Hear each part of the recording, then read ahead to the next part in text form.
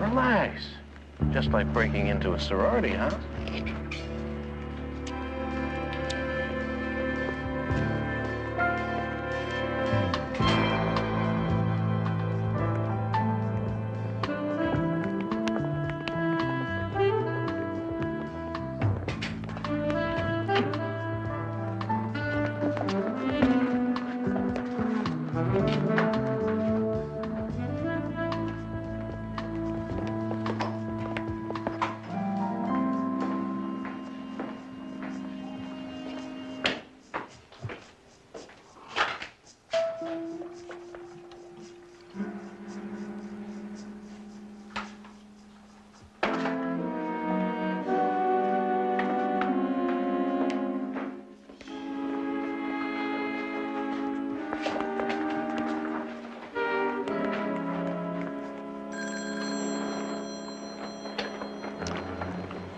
Eagle security. Gate. What? You were hijacked? Where? I just saw you drive in. Damn. Okay, I'll call. Sergeant, this is Nielsen at Eagle Security. 3 guys hijacked one of our trucks on North Pico. Yeah, they took his keys and just drove in here a few minutes ago. Come on, can't you hurry it up? Relax, Lester. Relax. What if that driver gets untied? We left him out in the middle of nowhere. Suppose a car comes by and takes him to a phone. That's got it.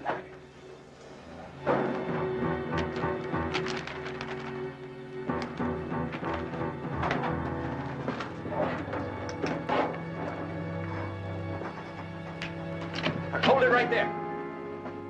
Hands where I can see them. Nice and easy. Let's get out of here.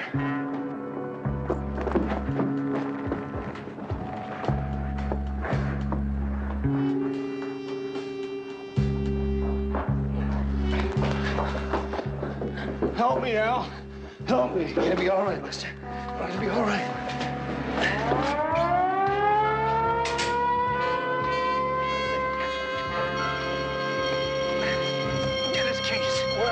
I'm cool. I'm dry. I can put him in the back. Come on. Put him in. Al. It hurt now. Hang in there, buddy. Hurry up.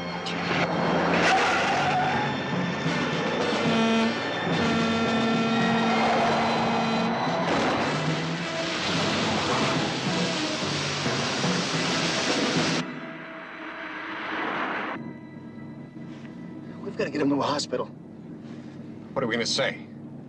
He shot himself in the back cleaning his gun? We've got to do something. I think I know a doctor who won't ask too many questions. Al. Al. Help me, Al.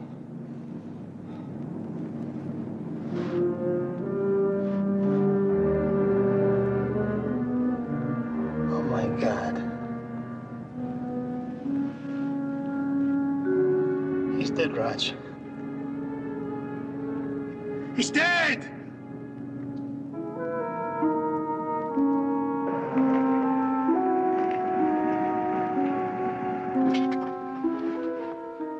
What are we gonna do, Raj? There's only one thing we can do. Say a prayer over his grave and go on with our plans. His grave? Now, how do we explain that? We don't, Al.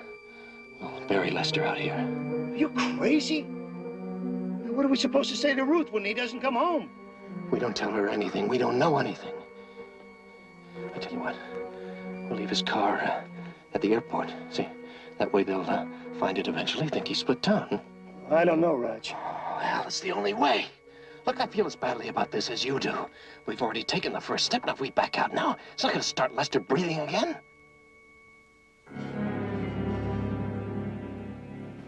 I'll call you as soon as those new shades come in.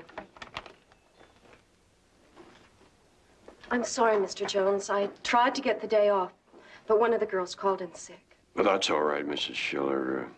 I understand that you spoke to the police. The very next morning. Sergeant Anderson said that it wasn't that unusual for husbands to disappear. Like little boys running away from home, they usually came back. Did you check the hospitals? That's the first thing I did. Where did your husband say he was going that night? To the health club. He'd been going there about twice a week lately. After that, he was going to meet a friend of his for dinner, Albert Woods. They were fraternity brothers in college. Did you talk to Woods? Yes. He didn't meet Lester because something came up and he had to work late. He doesn't know if Lester showed up at the restaurant or not. Are you sure he went to the health club? No. I called there, too. But it's a busy place. No one remembers seeing him. Mrs. Schiller, are you and your husband having any problems? We have the usual problems. Too little money, too many bills. What does your husband do for a living? Sells insurance. He's been a little frustrated lately. A little restless. Well, that could be enough to cause a man to seek a change of scene. Maybe from his work, but not from me. Besides, wouldn't he have taken something with him? A change of clothes. He even left his wallet behind. His money, his credit cards. Even his driver's license. Does that sound like a man running away from home? No. No, it doesn't.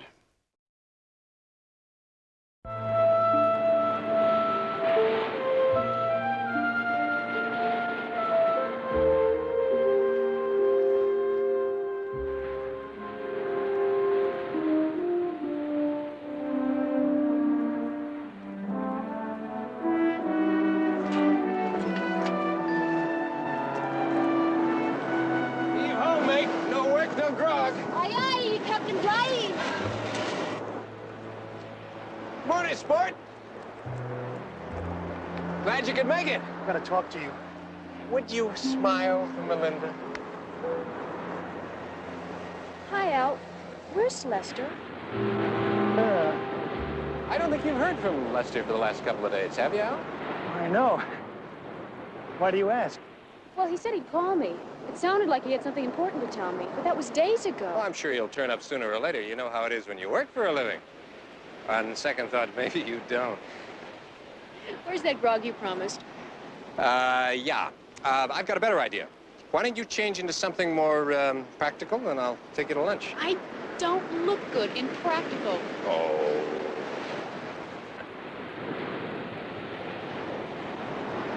What's wrong? I haven't seen that long a face since they threatened to take away your football scholarship.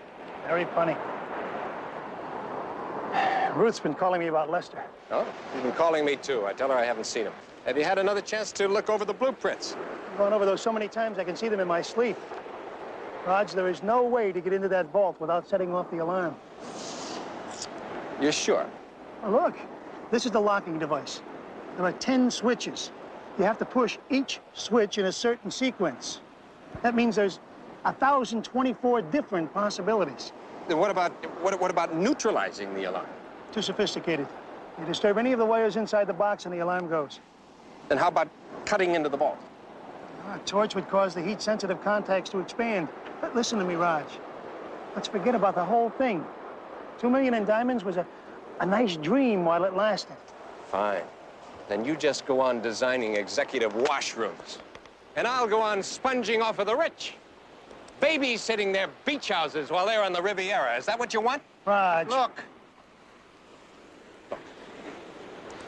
I haven't just been wasting my time combing the beach, you know.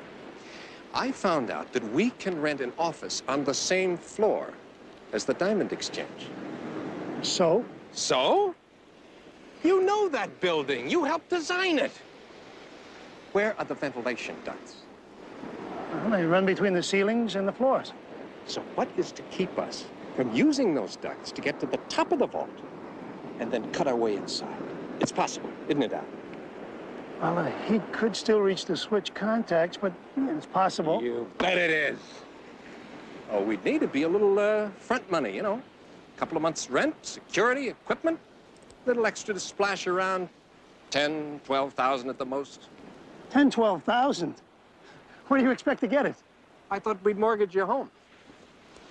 My home? Sport, I'd mortgage this if it were mine. Hey, Raj, that house was left to Janet by her father. Now, that's all we've got. Is it all you want? Look, we're talking about investing 10 grand to get back 2 million. Hey, buddy. You remember what it was like in college, 4th down, seconds to go. You always went for the big one, and you used to get it too, didn't you? Raj. Hey, come on. Come on. Let's see the old arm. That was 15 years ago. Let it go! Let's see the bomb for the easy life! Let's see the old arm, eh? The bomb for the easy life!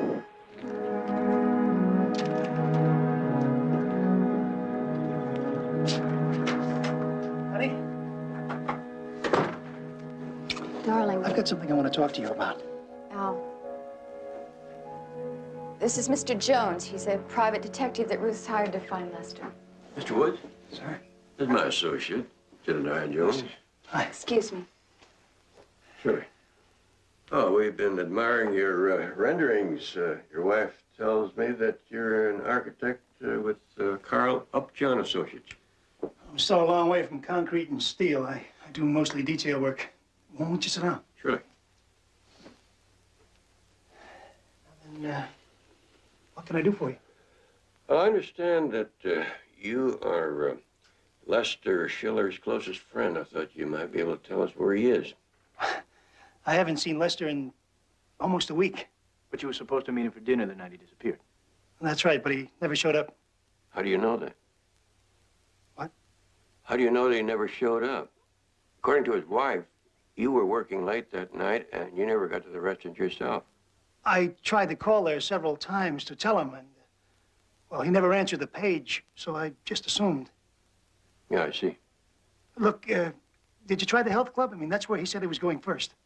Hocus pocus time. That's what the manager of the health club calls it when a man tells his wife he's working out, but he's really out playing. But Lester never went to the health club that night. In fact, he hasn't been there in a month. That brings me to a question. Was he seeing another woman? Lester? Are you kidding? Yes, he was. Jan. Well, if it's going to help find him.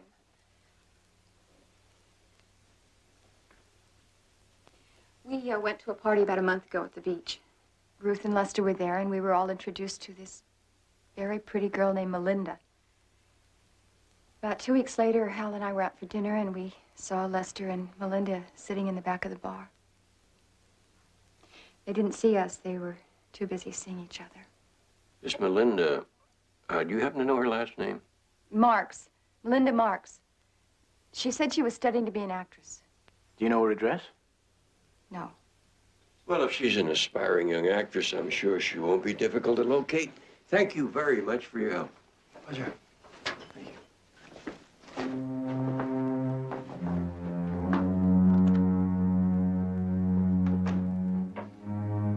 You told him about Lester and Melinda? Janet told him I couldn't stop her. Raj, what are we going to do? We're gonna break into that vault. What about Jones? Al, you just get Janet to sign the mortgage paper. I'll take care of Jones.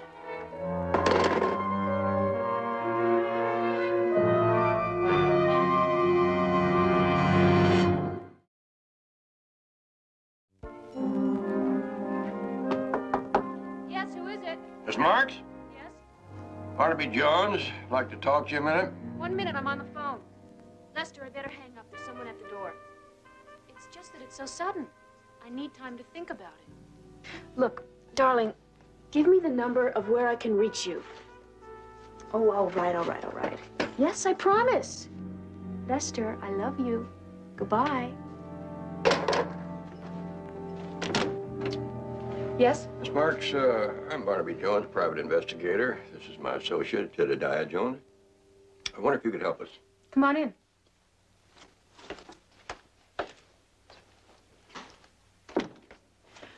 What's this all about? Well, in a way, it's about your phone conversation. We're not eavesdroppers, but we had no trouble in hearing you through these jerry-built walls. You were talking with someone named Lester Schiller? No. Lester Grant.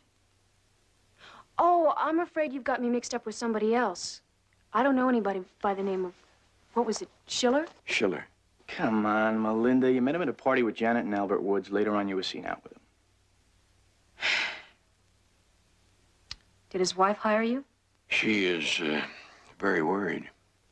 Look, the last thing I wanted was to get involved with a married man. It just happened. We fell in love. He said he was going to ask for a divorce, but he never got the nerve. Instead, he ran away. And now he wants me to join him. Where is he? He wouldn't tell me. He just said that he flew back east somewhere and he'd be moving around a lot and he'd call me. Well, at least we know that he's well. If you should happen to hear from him again, would you please give him my phone number and ask him to call me? Sure. Thank you. Thanks for your help.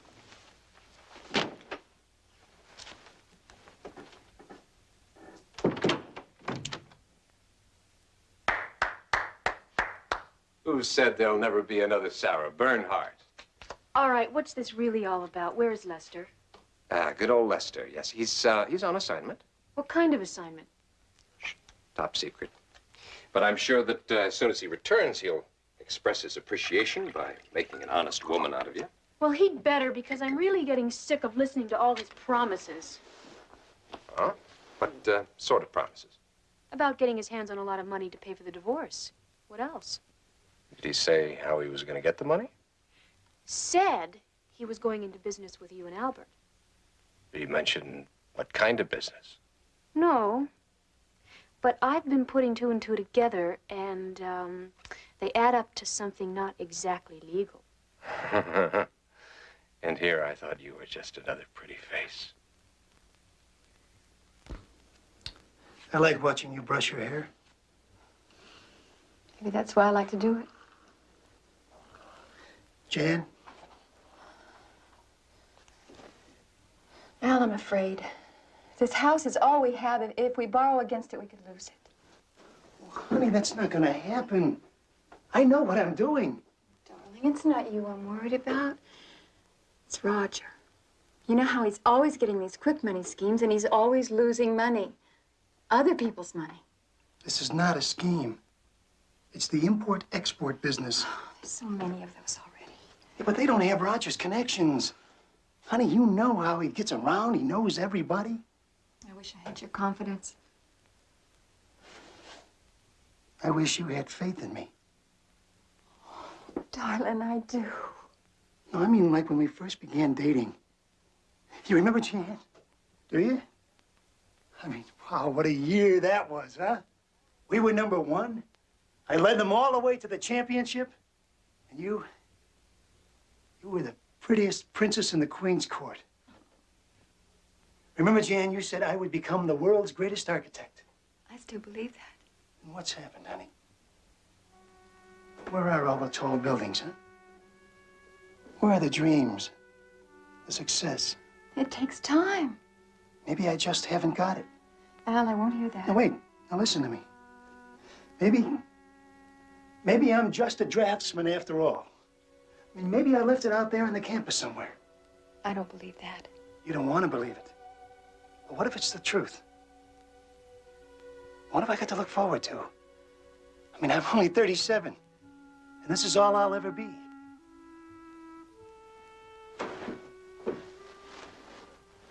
Darling, there is nothing wrong with what you are.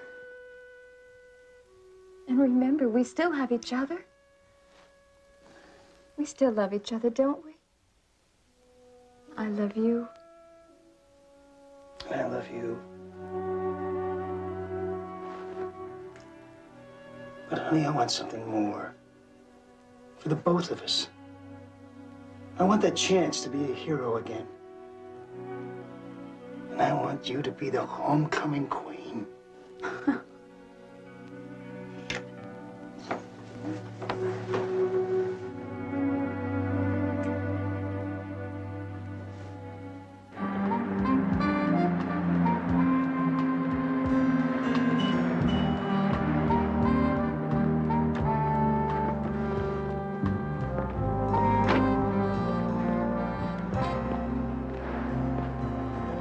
Any indication of how long it's been here?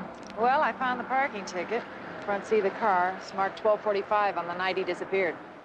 Looks like he took the Red Eye Express. It's like this bumper collided with something. Well, whatever it was, it sure was yellow. Yeah. Wasn't a car, though. How do you know that? Well, it's flat paint. Cars have a high gloss enamel. Anything unusual inside? Take a look for yourself.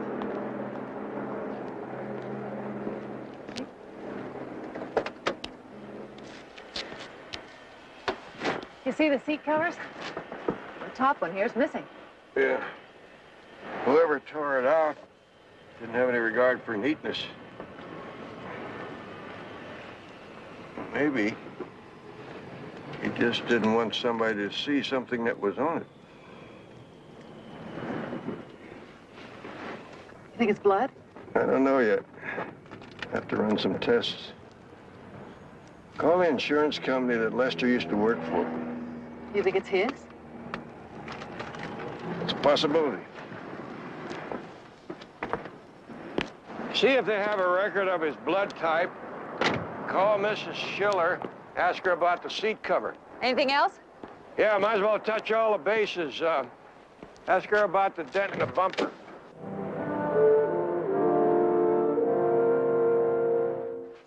Thank you.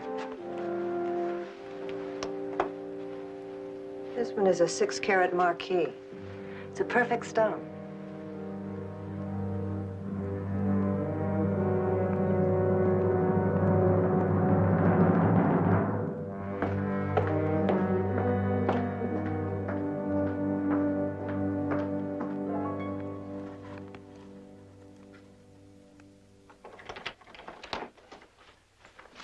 We're in business.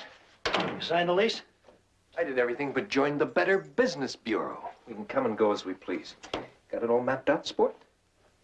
I designed this place, remember? Want to look around?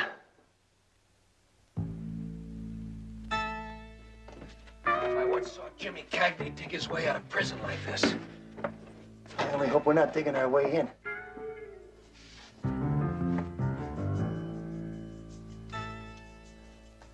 What's wrong? The end of the rainbow.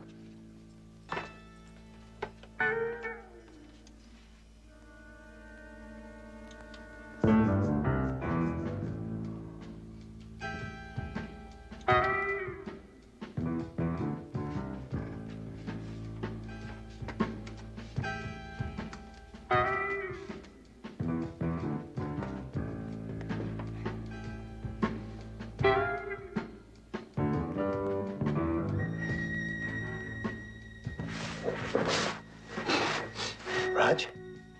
What? Ventilation pipe.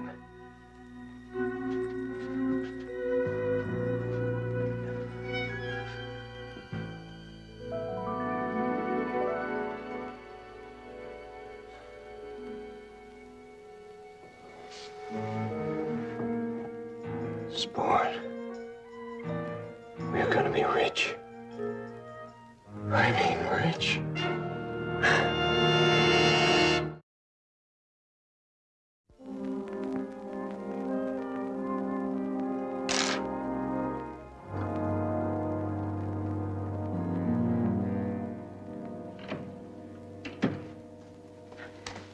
Barnaby.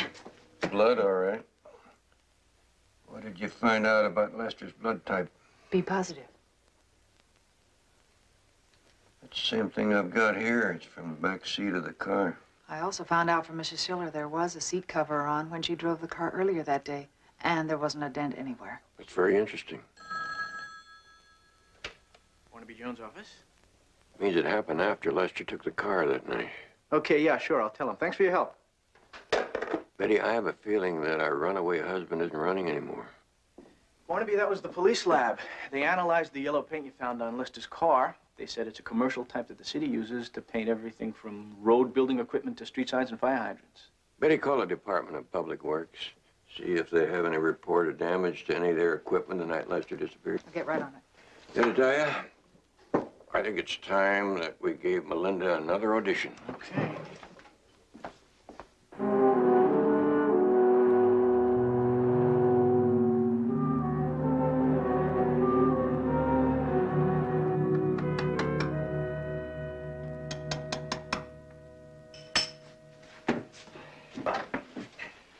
want me to take over? When have you ever worked with your hands? Please, sport. I fix a great martini. How much longer before we get to the vault? A couple of hours. Are you sure that exchange closes at noon on Saturday? Of course I'm sure. As soon as they leave, we can take our time getting into the vault. Well, look, there's nothing you can do to help me here. Why don't you go on home, get some rest? I can handle this. You're gonna stay here all night? Yeah. What'd you tell Janet? That we had to drive to San Diego to look at some merchandise that was coming in from Hong Kong. You're getting to be as good a liar as I am. Yeah. That's what bothers me.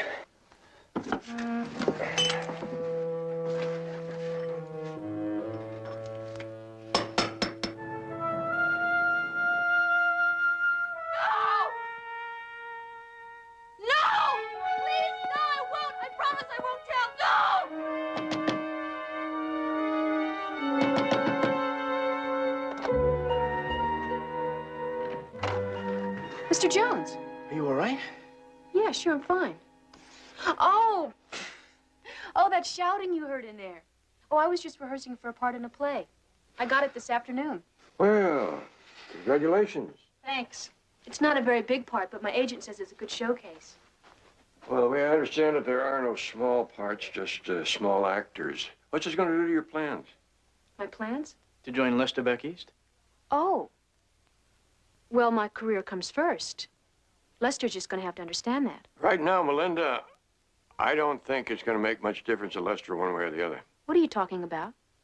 I have a feeling Lester's dead. Dead? I have a further feeling that it wasn't Lester you were talking to on the phone the other night. I was too.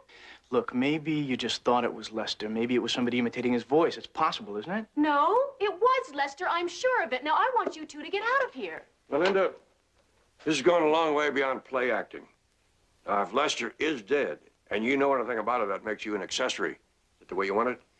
Who are you trying to protect? I am not trying to protect anyone. Lester is alive. I talked to him on the phone. That's all I know. Now, please go. You know, Melinda, you may in time become a very good actress, but won't it be a shame that nobody will be able to come to see you perform?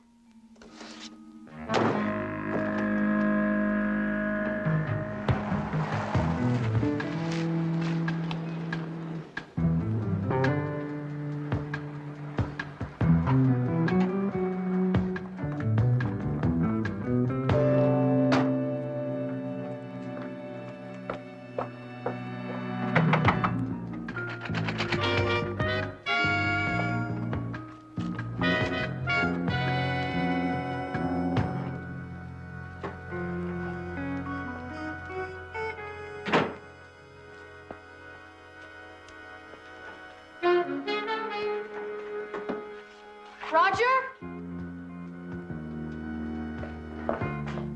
Roger. Roger. Roger, wake up. What time is it? 7:30. Roger, I've got to talk to you. Oh? Before or after? This is serious. Roger, that Detective Jones came to see me last night. He did. And what did he want? To invite me to a funeral. Lester's.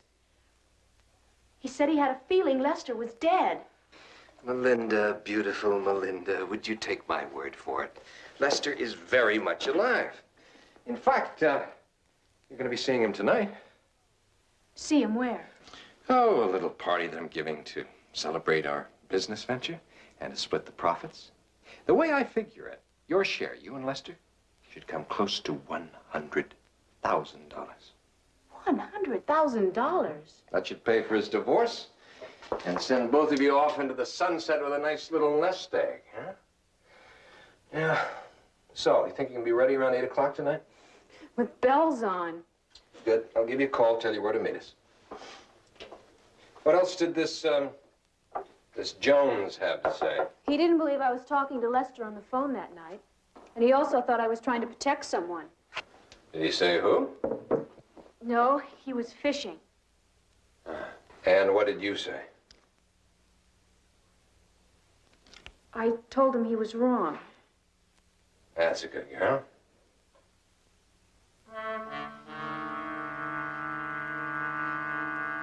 Roger, what time did you say you were going to call me this evening? Around 8. Where from? Over the pole on your way to Europe? That's right, Melinda. As you can see, it's a one-way ticket, and I'm leaving at 6 o'clock.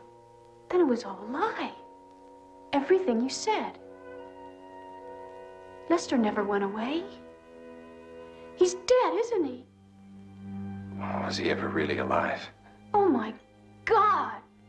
And you were going to leave me here to deal with Jones and the police? I'm sure you can talk your way out of it. You have a whole world of people you can use. I've used all mine. I've got to make it on my own now. Well, you're not going to make it with my help. You're not going to use me the way you did the others. Melinda, please. I'm sorry. I'm sorry that you feel that way. I was hoping that we meant more to each other.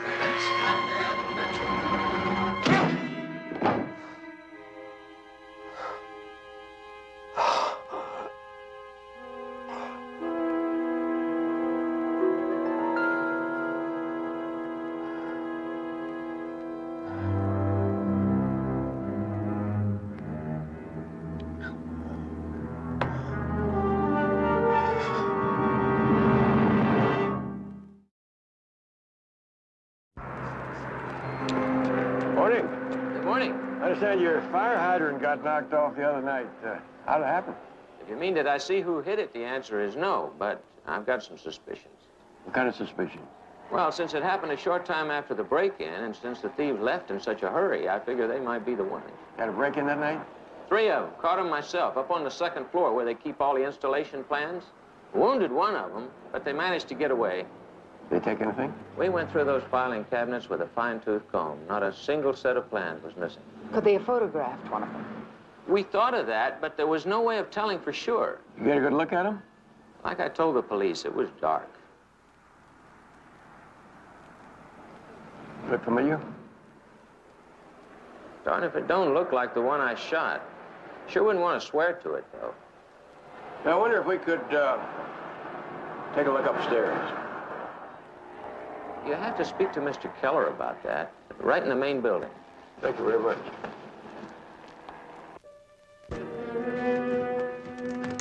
Five more minutes and we'll have the place to ourselves. What is it? There's an electrical box in here that is not on the blueprint. So what? Oh, my God. Oh, what's wrong? Take a look.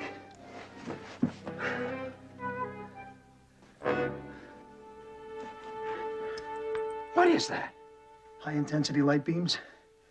Break any one of them and it sets off the alarm. Why haven't we seen them before? Because we never looked at the vault with the door closed before. That's what activates them. Well, why weren't they on the plans?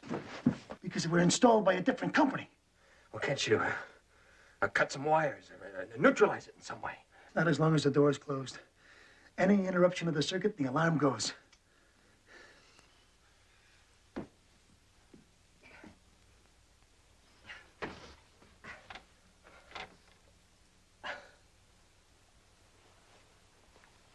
Wait a second. Al, what if the door were open? Well, there might be a chance I could bypass the alarm signal. Okay, I'll give you 5 minutes. Raj, it's just a chance. And if I'm wrong and she closes that door again, we're dead. What are we now, sport?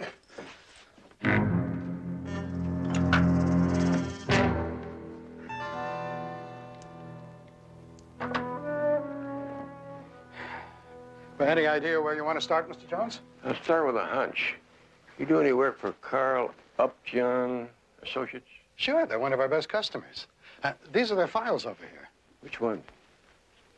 All of them. I was afraid of that.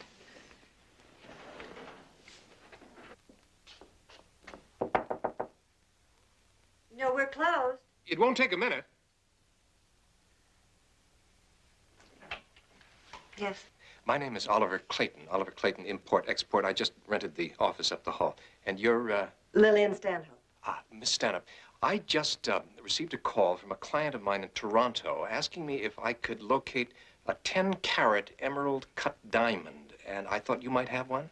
Yes, well, we have several. If you'd like to come in on Monday. No, I'm afraid that would be too late. I told him I'd let him know today.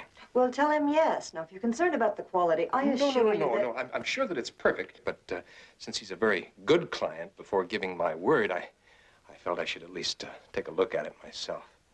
Oh, well, of course, the transaction would be in cash, and as for a receipt... Come in. Please sit down. Thank you.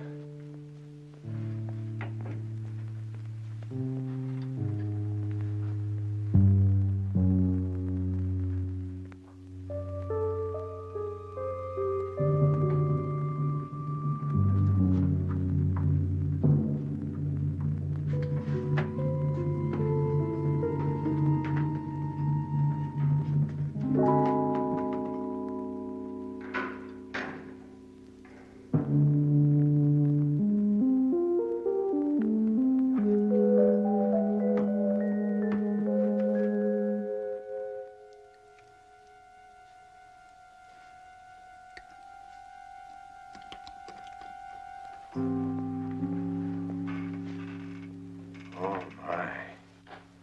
Have you got a loop? Oh, of course. Thank you.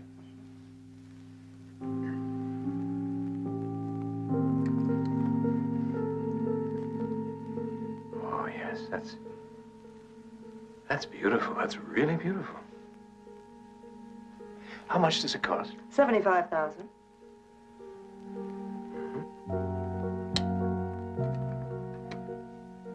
All right, that's fine. I tell you what, I'll get in touch with my client and I'll let you know first thing Monday morning. Fine. Unless I could let you know at dinner tonight. Well, it just so happens I'm free. May I have your address? It's 2721 Arabelle Drive, apartment 3, ground floor.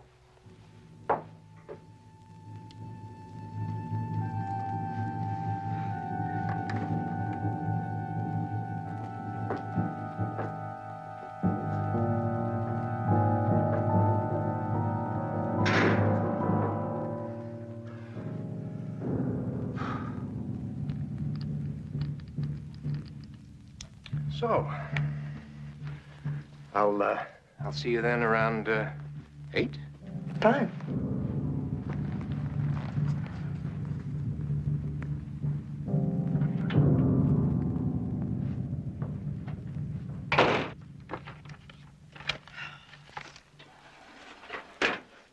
Oh, Barnaby, isn't it possible that we could be on the wrong track with this? I mean, even if Woods is an architect. Great Pacific Building. What? You know, of all the buildings that Upjohn designed, looks like this one houses the crown jewels. Continental Diamond Exchange.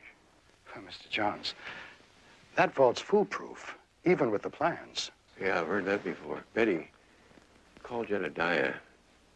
Tell him to meet me at the Great Pacific Building. Shall I notify the police? No. In case I'm on the wrong track, I don't want to be towing the super chief.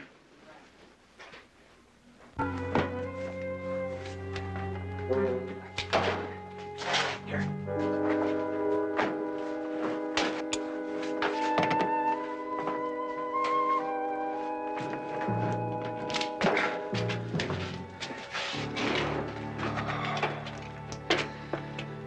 You still think I'm crazy?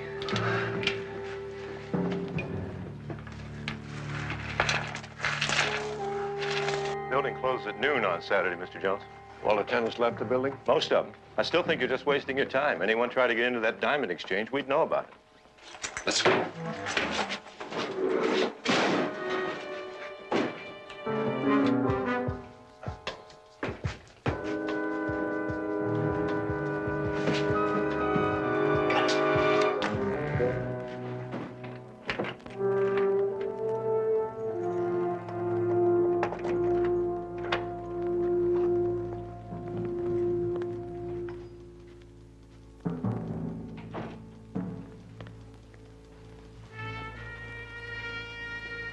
Satisfied?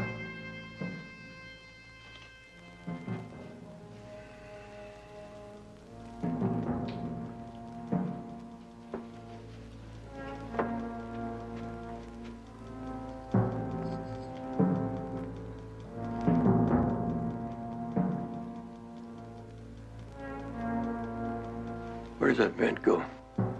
That runs across the whole ceiling. Are any of the other tenants on this floor right now? Yeah, the new guy that moved in the other day. I saw him come in early this morning. I don't think he ever left. What does he look like? About 6 foot, brown hair, nice looking. Has he got a partner? Yeah, about 6'2", built like an athlete. What room do they occupy? 1215, right around the corner. Do me a favor. Take a look in that vent.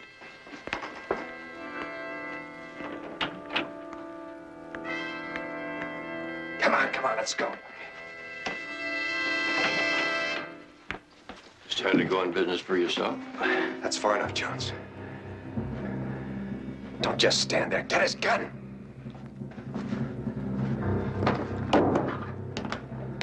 Move it. Okay, Jones, let's go. Get the elevator. By now, I figure this building is surrounded by police. For your sake, Jones, I hope you figure wrong.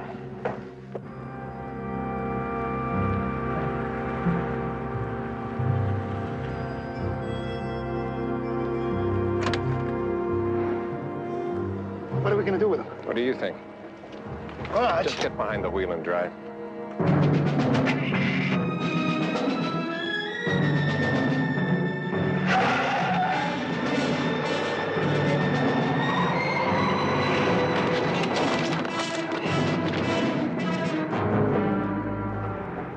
I wouldn't do that. Might be the biggest mistake of your life.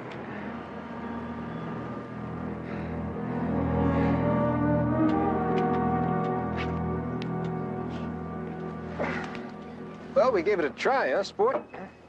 4th down, seconds to go. We went for the bomb. Yeah. Just one thing, Raj. We're not in college anymore.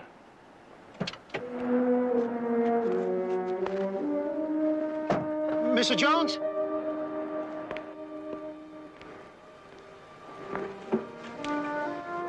My wife is expecting me home soon. And I'd rather she didn't hear about this from the police. Well, if you'd like, I'll go by and tell her myself.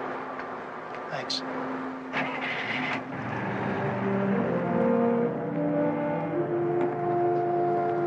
Where'd you learn to drive, Jedediah? Well, now... Oh, you taught me, Barnaby. Remember when you came to visit Chicago a couple of summers back? Ah, yeah.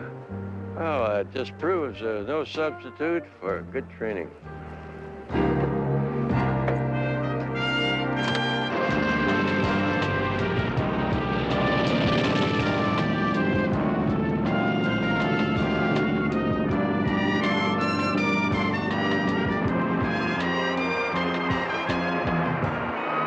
Now you should do like me. I'm re-enlisting when my first hitch is up. Oh, yeah? 30-year man. Well, why not? This man's army's the only steady job I ever had.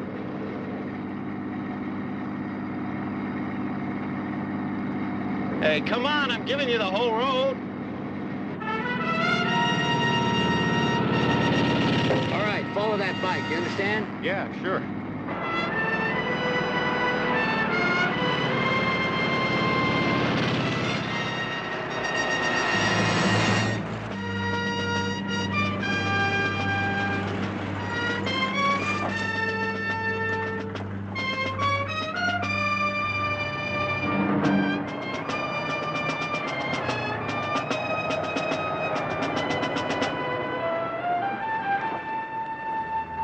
All right, get out.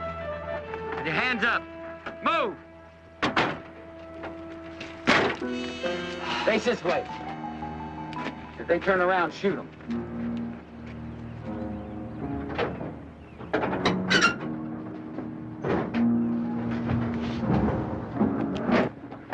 Like money in the bank.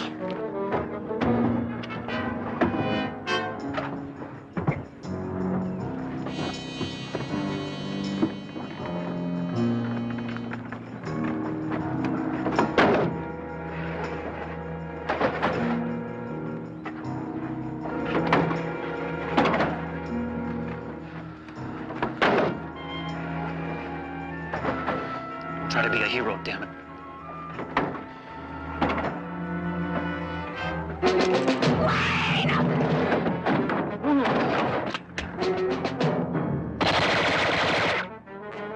Pete, cover me! Ridgway, this is Transport 411. We're being hijacked. Aliso Canyon. Pete, get it!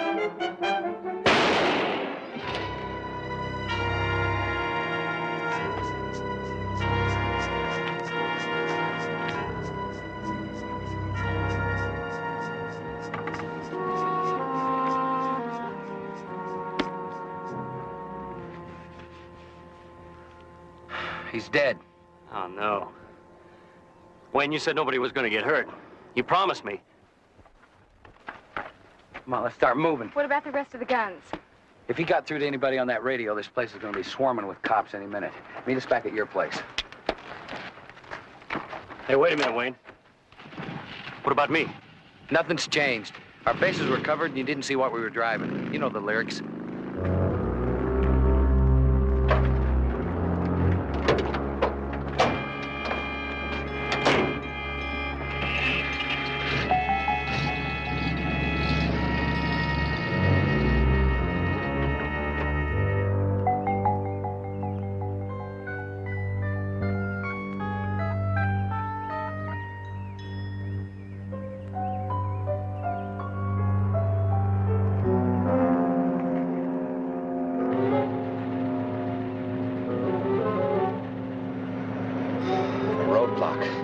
They didn't waste any time. We'd be long gone if we didn't have to stop at that damn motel. Shut up.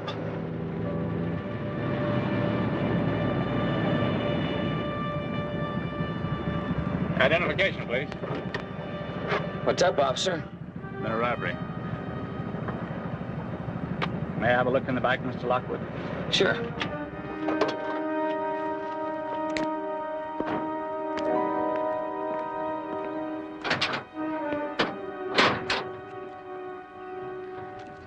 The kid's got a cold, so don't wake him up, okay? Sorry, ma'am. Yeah, we're kind of pooped out. Been up all night nursing the kid. Sorry to bother you folks.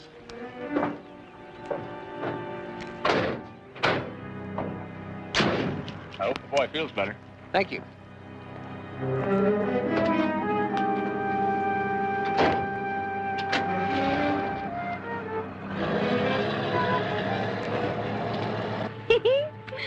Cops are such dumbbells. You're so bright. I ought to break your head, lady. What's the matter now? You were supposed to tell those people at the motel to keep Jody out of the pool. Now his cold is worse. When it comes to this kid of yours, I can't do anything right, can I?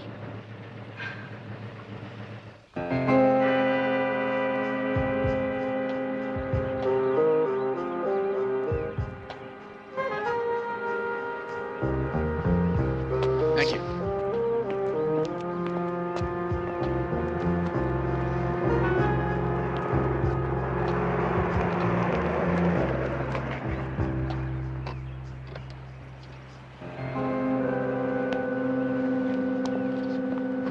Hi, they'll be out in a minute.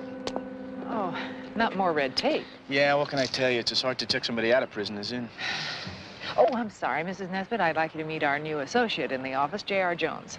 Chicago's answer to the legal profession. How are you? My daughter know that I'm here? Yeah, Barnaby just told her. Now, don't worry, Mrs. Nesbitt. I'm sure everything's going to be just fine. It's been 7 years since Julie ran away from home, Betty. 7 years trying to find her. Didn't she phone or write in all that time? Sometimes there would be a postcard from Taos or a commune in Arizona. Living like a nomad with that strange young man. I didn't even know they'd had a child until Jody was almost a year old. Well, I tell you, trying to get a line on Wayne Lockwood has been next to impossible. No wonder. Man robs a supermarket and then runs off and leaves Julie to be arrested by the police.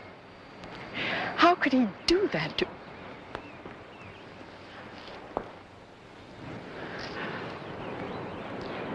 The toughest part of making up is that first howdy.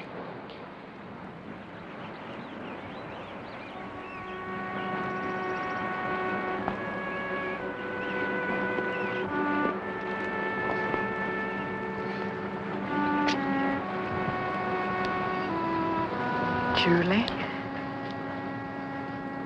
You look very nice.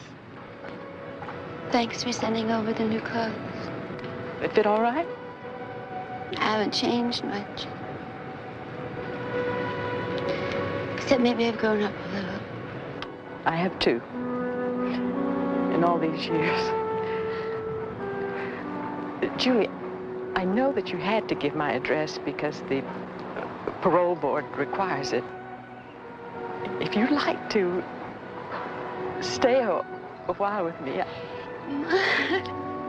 I just want to come home.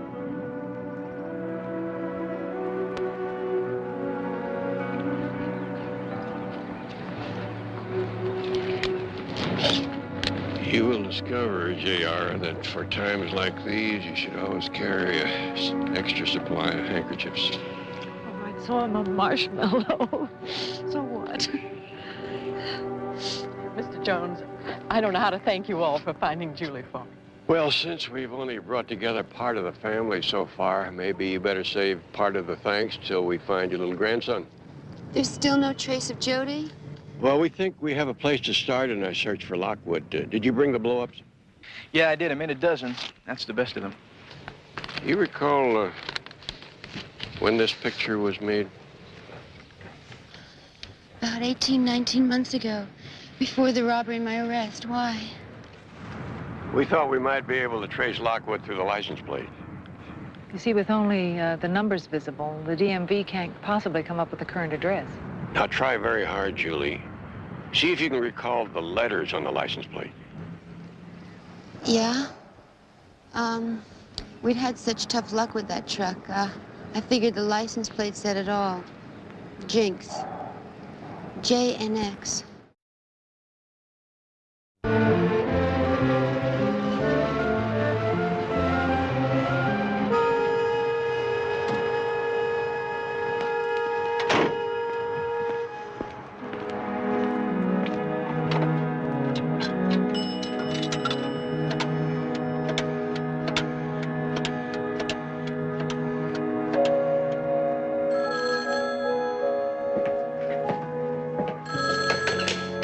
Griffith Markham Imports.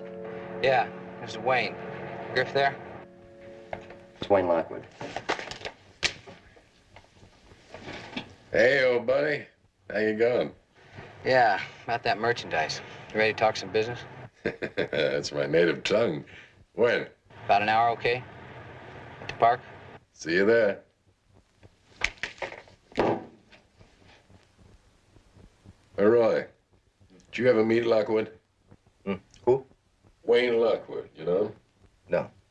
That's good. That's good. Now, you stay out of it for now. Okay. I'm meeting Griff at the park in about an hour. Then we can get some tacos or something. I'm starving. Later. Listen, Jody needs something for his cold. I'm gonna drop you two off at the clinic first. Will you come on? I gave him one of those tranks I lifted from the drugstore in Palmdale. He's all right. You gave Jody a tranquilizer? Well, you said he needed some rest, didn't you? If you ever do that again, I'll kill you. Do you understand?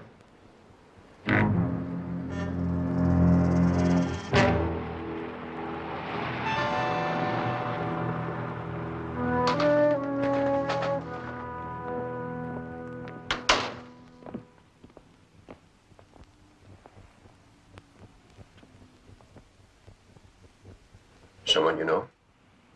Me. It's like looking at a ghost of myself 7 years ago. The flowers in your hair? The whole bit.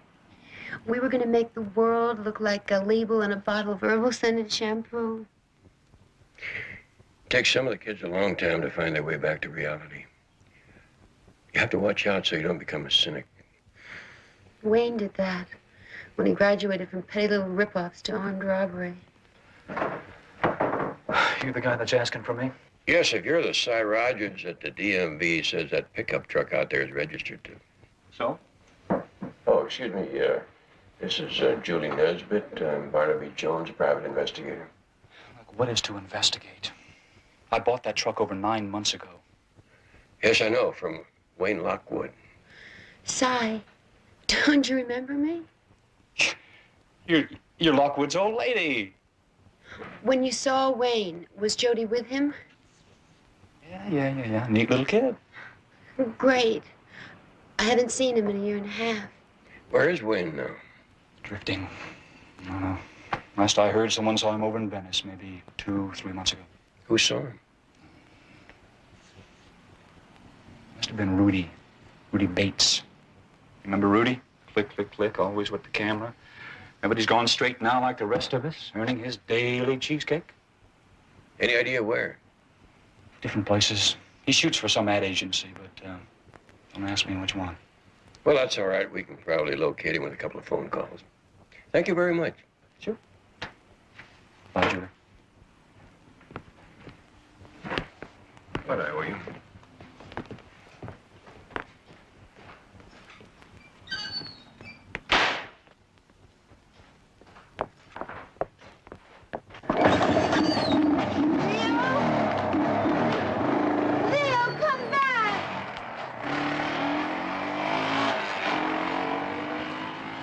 Who was that?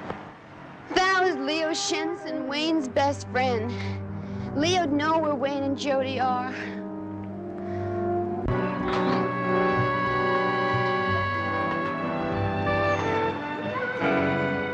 I got 36 of these heavyweights and 3 cases of M16s. Let's see, 36 and 3. All right, I'll give you 3,500. You're a friend. 4,000 for the lot. Come on, man. Don't you think I know what this stuff goes for retail? Now, look, Wayne. According to the news, you blew up a GI to get it. You know, that kind of taints the merchandise. Makes it a little tougher to turn over. So don't buy. Oh, wait. Wayne. Sit down. Come on. Who said anything about not buying? I mean, did I say that? Did you hear that? You insult me with your $4,000, it's the same thing. Oh, all right. I insulted you. I apologize. Give you 5. Okay. Good boy. I'll take this stuff to the same place in Chatsworth. What time you got? At 2 after 1. 3 o'clock, okay. See you there, buddy. Keep the faith.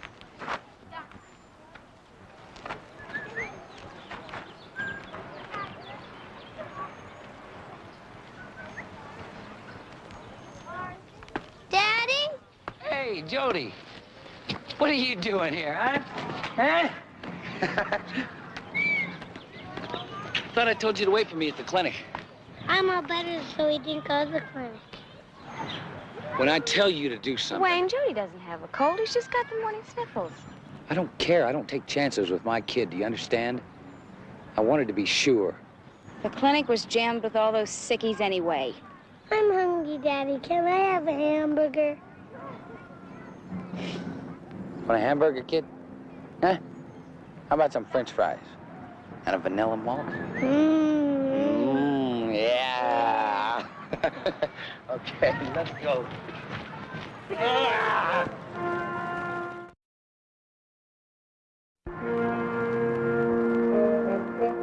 Okay, now, when we roll this time, I want you to remember, the whole idea behind this is that even Eskimos eat bananas, right? They love bananas, okay? Okay. Rudy's sure come a long way from that commune we crashed at. Don't leave that smile in the dressing room, Foxy. Paul, let me know when that ice machine is ready, okay?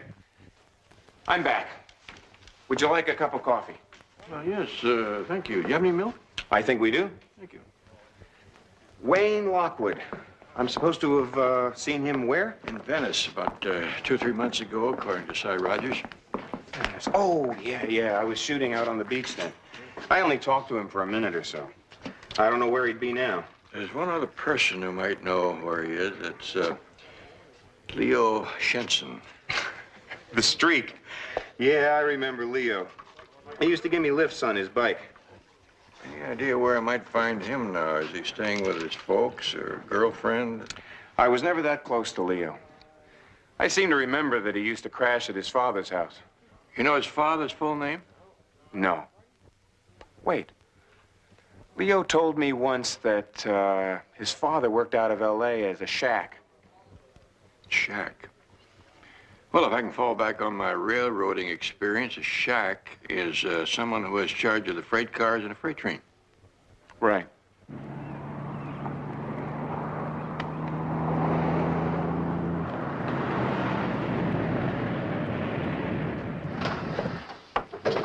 Hey, Wayne.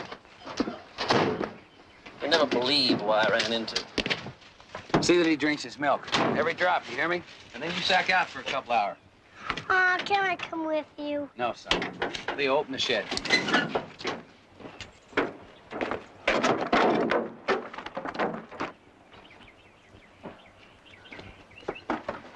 I wanted to tell you, there's a detective been asking about you. Detective?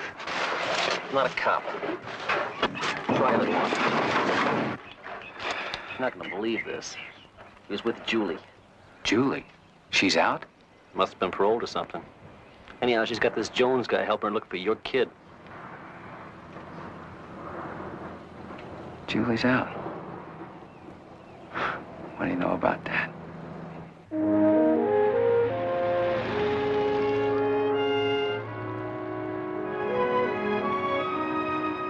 Up on Candlefoot Road off the top of Topanga Canyon. It's out there near that hippie restaurant. Does he check out? Well, if there's another Shenson living in L.A. working for the railroad company, the railroad union sure doesn't know about it. I think I'll take a drive out there. Good idea. Don't you have any studying to do? Yeah, I do, but I gotta earn my keep, don't I? In the state of California, to drive a nail into a saw log intended for lumber, is that a felony or a misdemeanor? Misdemeanor. Felony. Now, if you want to pass that bar exam, you better stay here and bone up. Penal Code 593a. He always uses that when he thinks a lawyer needs to be brought down a peg or two.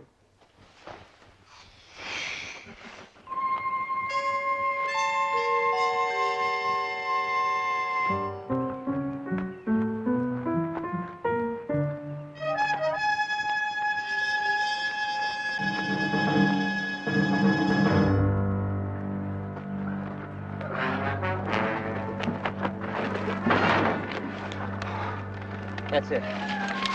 Okay. Well, don't forget, old buddy. You get any more of this stuff, give me a call, huh? All right. Take it easy, Leo.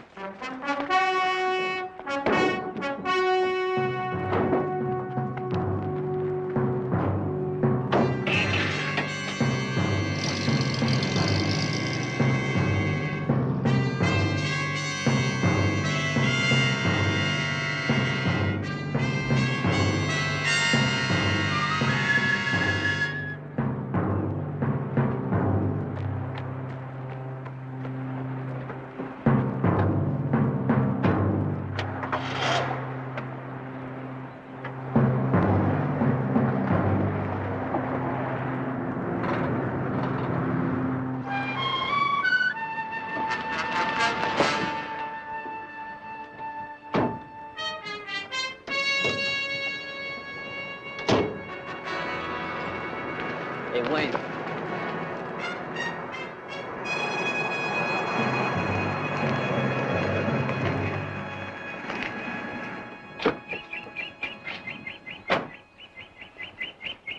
Annie.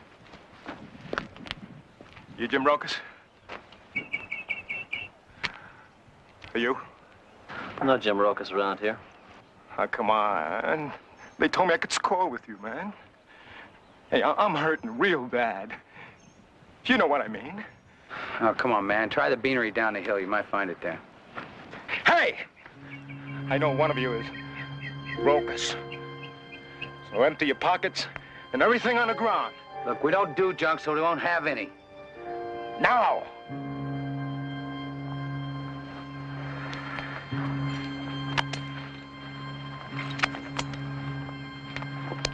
See? Nothing. What's that? It's a letter from my mother. Hand it over. No. No. Come on.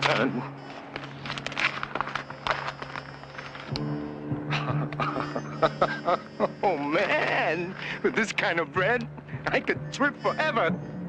Oh.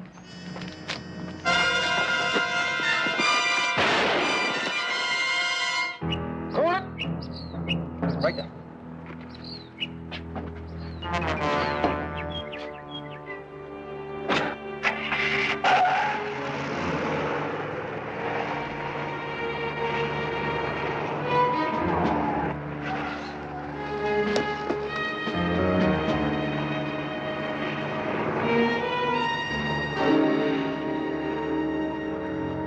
Wayne? What was that? It sounded like a shot. Leo's dead. Some junkie ripped us off for all our money. Those people down there might have heard the shot. First that soldier, now Leo. 2 people dead, and what have we got to show for it? Get Jody, we're moving out. Nothing. That's what we've got, absolutely nothing. I said get Jody! You're a loser, you know that. Well, to hell with you and to hell with nursemaiding Jody. I've had it. Daddy? Come on, Jody, we're taking off. What about Amanda? Amanda's not going to be with us anymore. In you go.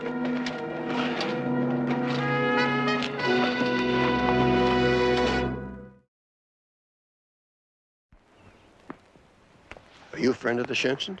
I know Ralph, Leo's father. We attend the same church. Good father, bad seed. It happens. Any of Leo's friends around? You mean that young couple? You have a child, a little boy? Oh, a nice little fella. It's a shame that a boy like that ends up with weirdos looking after him. When's the last time you saw them? Well, the man and the boy, yesterday.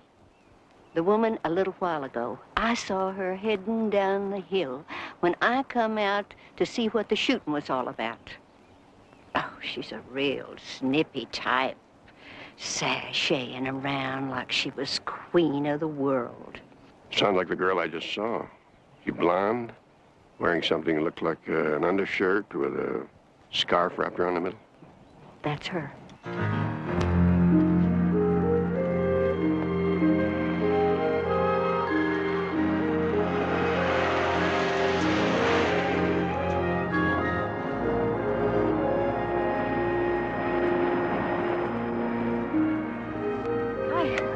How far are you going, young lady? As far as you want, as long as I get to San Francisco.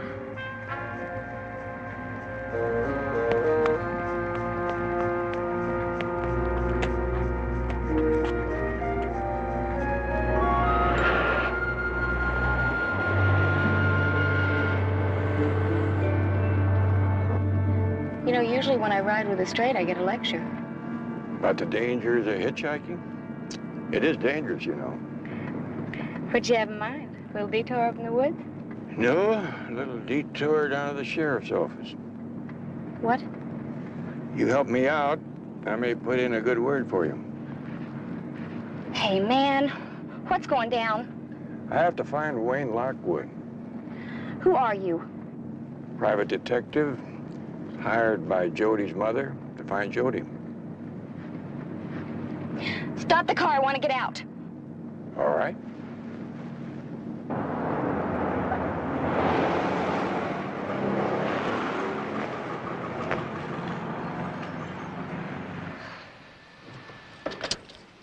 I figure the first question the sheriff is going to ask you is who killed Leo, Wayne or you? Wait a minute. You were recognized. There's a witness who saw you there about the time of the shooting. Well, it wasn't me. Wayne said that some guy showed up and he robbed him of all their money and then he shot Leo. Where's Wayne now? He split. He took off with Jody in the van. He didn't tell me where he was going.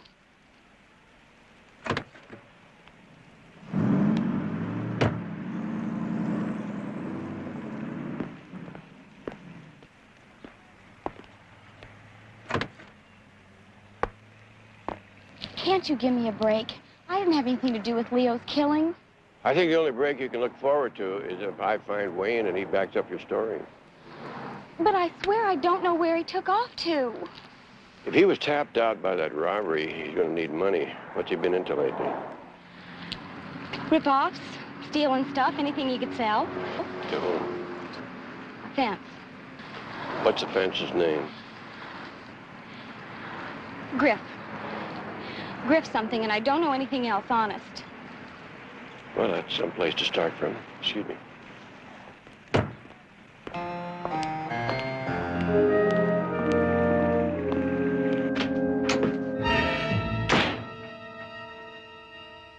I'm gonna blow you right out of the box, unless I get that $5 grand back. Well, now, wait a minute. Wait a minute. I mean, what's this all about?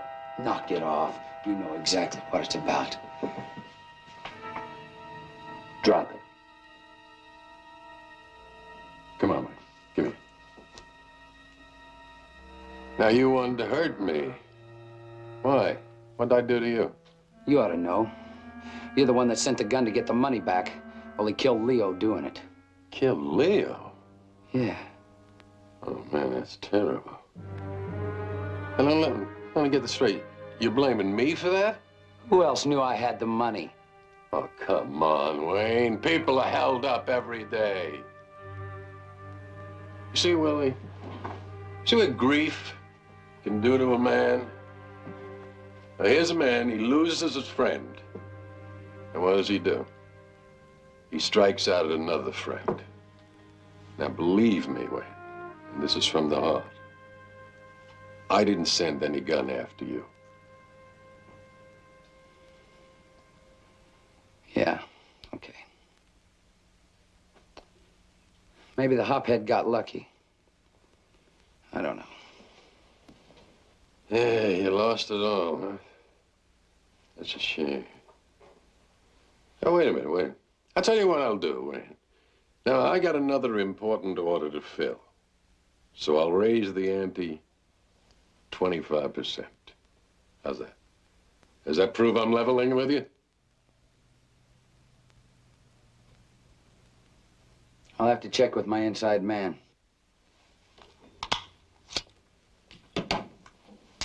When'll I hear from you? Tonight. If I can set it up, it'll go down tomorrow. Where's Roy? He's out back. Well, you have him tell Wayne. We find out who the source is. We eliminate the middleman.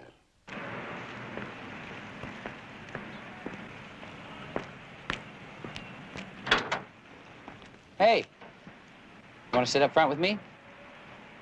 No. Something the matter? Come here.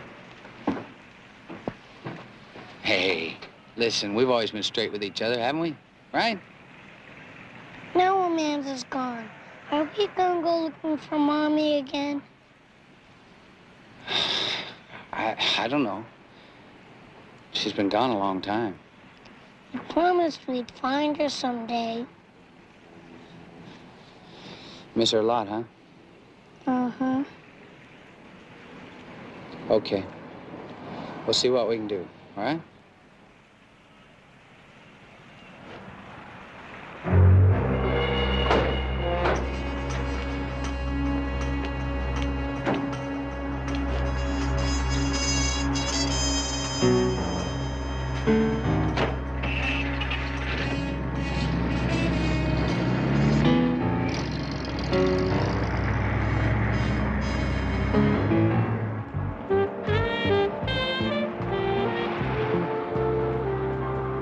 Lieutenant Biddle, you have done it again.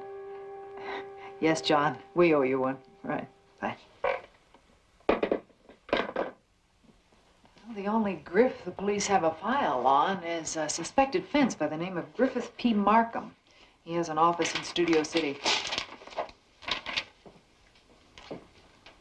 John say what he deals in? Anything that's not nailed down. But lately, though, he's been suspected of being in the gun trade, selling to foreign mercenaries, revolutionary groups, that sort of thing. Yeah, there has been a hijacking recently over the Palmdale area. There's a soldier killed. John mentioned that. I also got the feeling that he'd appreciate anything you might come up with on Markham. Hey, do you think I could make a convincing mercenary colonel? You know. Barnaby, you're not really going to pretend to be a buyer, are you? Well, can you think of a better way to get a close look at our Mr. Griff? First, I've got to set up a believable, good background for the Colonel.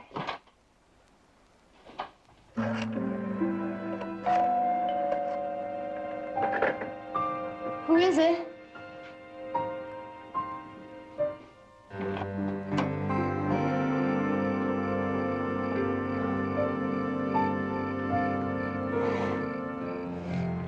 Hi. Heard you were looking for me. So here I am. Judy.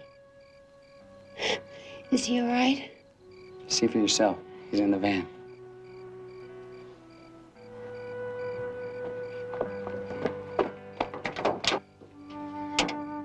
Jody. Mommy. Jody, my darling. Darling. Julie? Who's that out there?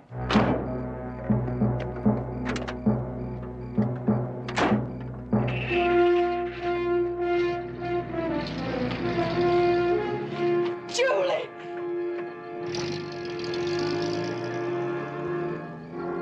Julie.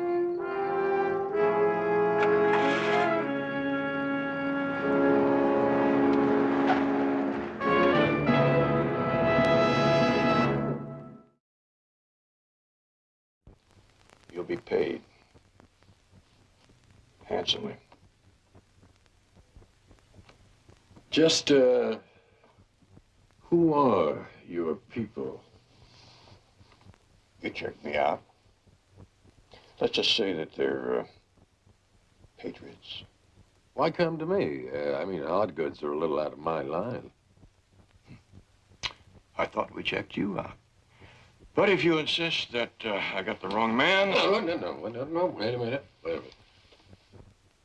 Ah, just supposing I can get you maybe 100 handguns, maybe 5 or 6 crates of M16s. No, not enough. I thought that I was dealing with the big operator. I'm going to need at least triple that amount. Triple? You're talking about maybe $100,000. For a start. And I'll need the goods now. What do you mean now? You mean today? I'm leaving town tonight. If I can't fill my needs with you, then I'll have to go elsewhere. I'm sorry, but time is of the essence. Okay. It just so happens that I got a man who might be able to lay his hands on some merchandise in a couple of hours. Now, if he delivers, I'll have everything you want. Maybe even more. Sounds fine. I'll be back at 5 o'clock. If you have the goods, and it looks all right, then we'll talk money. Fine. Don't disappoint me now.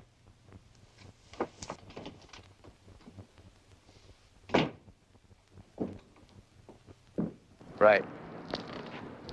Betty, he's coming now. I'll talk to you later.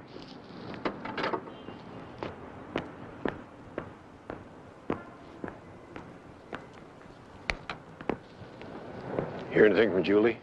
Well, Betty went to the sheriff's office and talked to Amanda, and she said that the van Julie's mother described matches Wayne's. Yeah, that's what we figured. How'd you do in there? I built a fire under Markham. If I read the smoke signals correctly, somebody's going to be ripping off a shipment of guns somewhere today. Yeah, well, let's hope it's Wayne. Yeah, so I only hope to find Julie and the boy.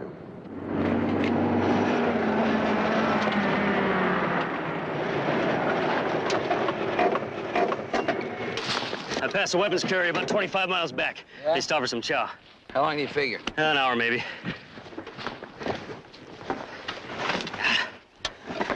Look, I mean it. It's my last job. Sure it is. Until the next time that chick of yours wants to go to Las Vegas for the weekend.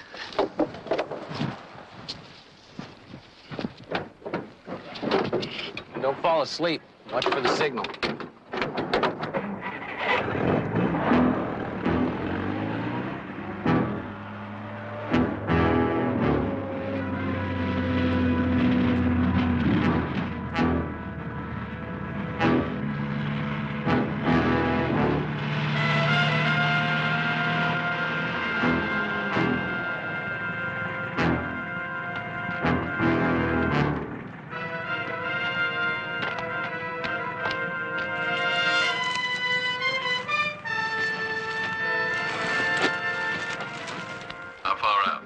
4.7 miles past the Baldero turnoff. On our way. There they are.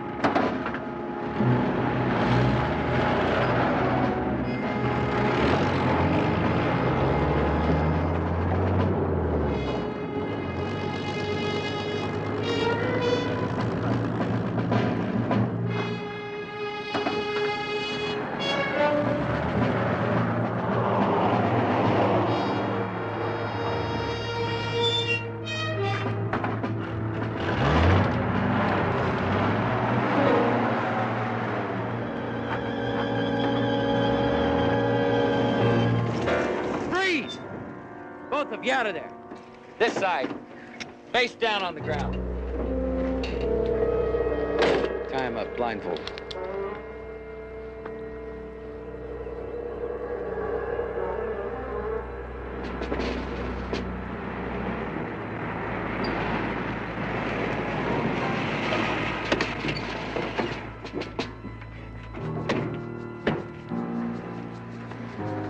Down there, they're into it now. All right, let's go. Come on.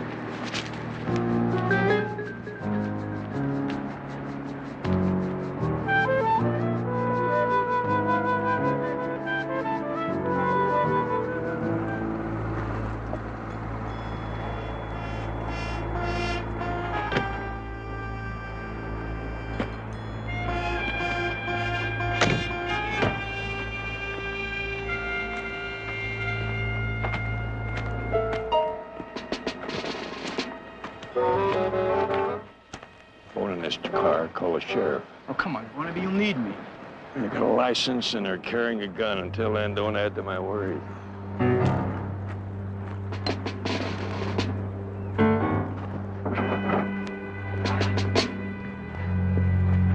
All right, gentlemen. Just turn around real carefully. Real carefully and say hello. Griff. I just happen to be in the neighborhood. Don't do anything dumb. He was yours. So I told a little lie. You the inside man? But from now on, you're my man. Hold it! Drop the gun. Oh. The Colonel. You know, you look a lot better without that phony eye patch. I see a lot better, too. Drop the guns. Sure. Stay right where you are. Give up, Markham. You got no place to go. I don't think so, Colonel. I don't see any of your people around here. You came alone, didn't you? Hey, Colonel. Or is it cop? Looks like we got a little standoff here, doesn't it? Until the sheriff gets here, he's on the way. Daddy? Daddy? Jody, go back to your mother. Keep cool. Keep cool. You're a dead man right now. Jody? Jody, your daddy's only fooling. Leave the boy out of this, Markham. Come on, Jody. You're not using my boy as a shield. Don't you worry about the boy's not gonna get hurt. Come on, Jody. No!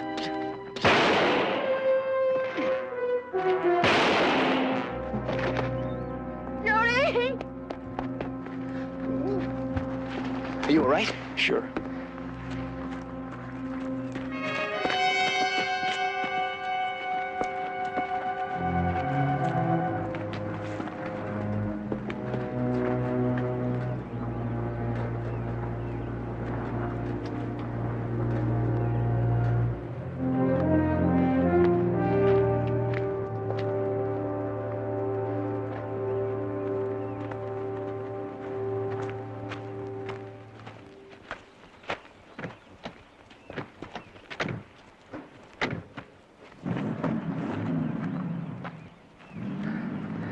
Julie?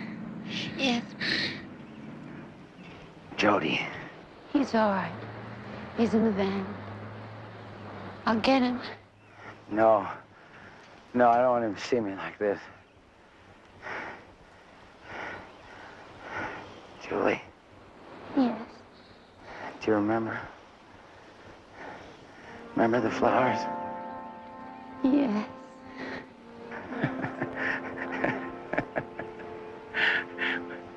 We all wore flowers in our hair.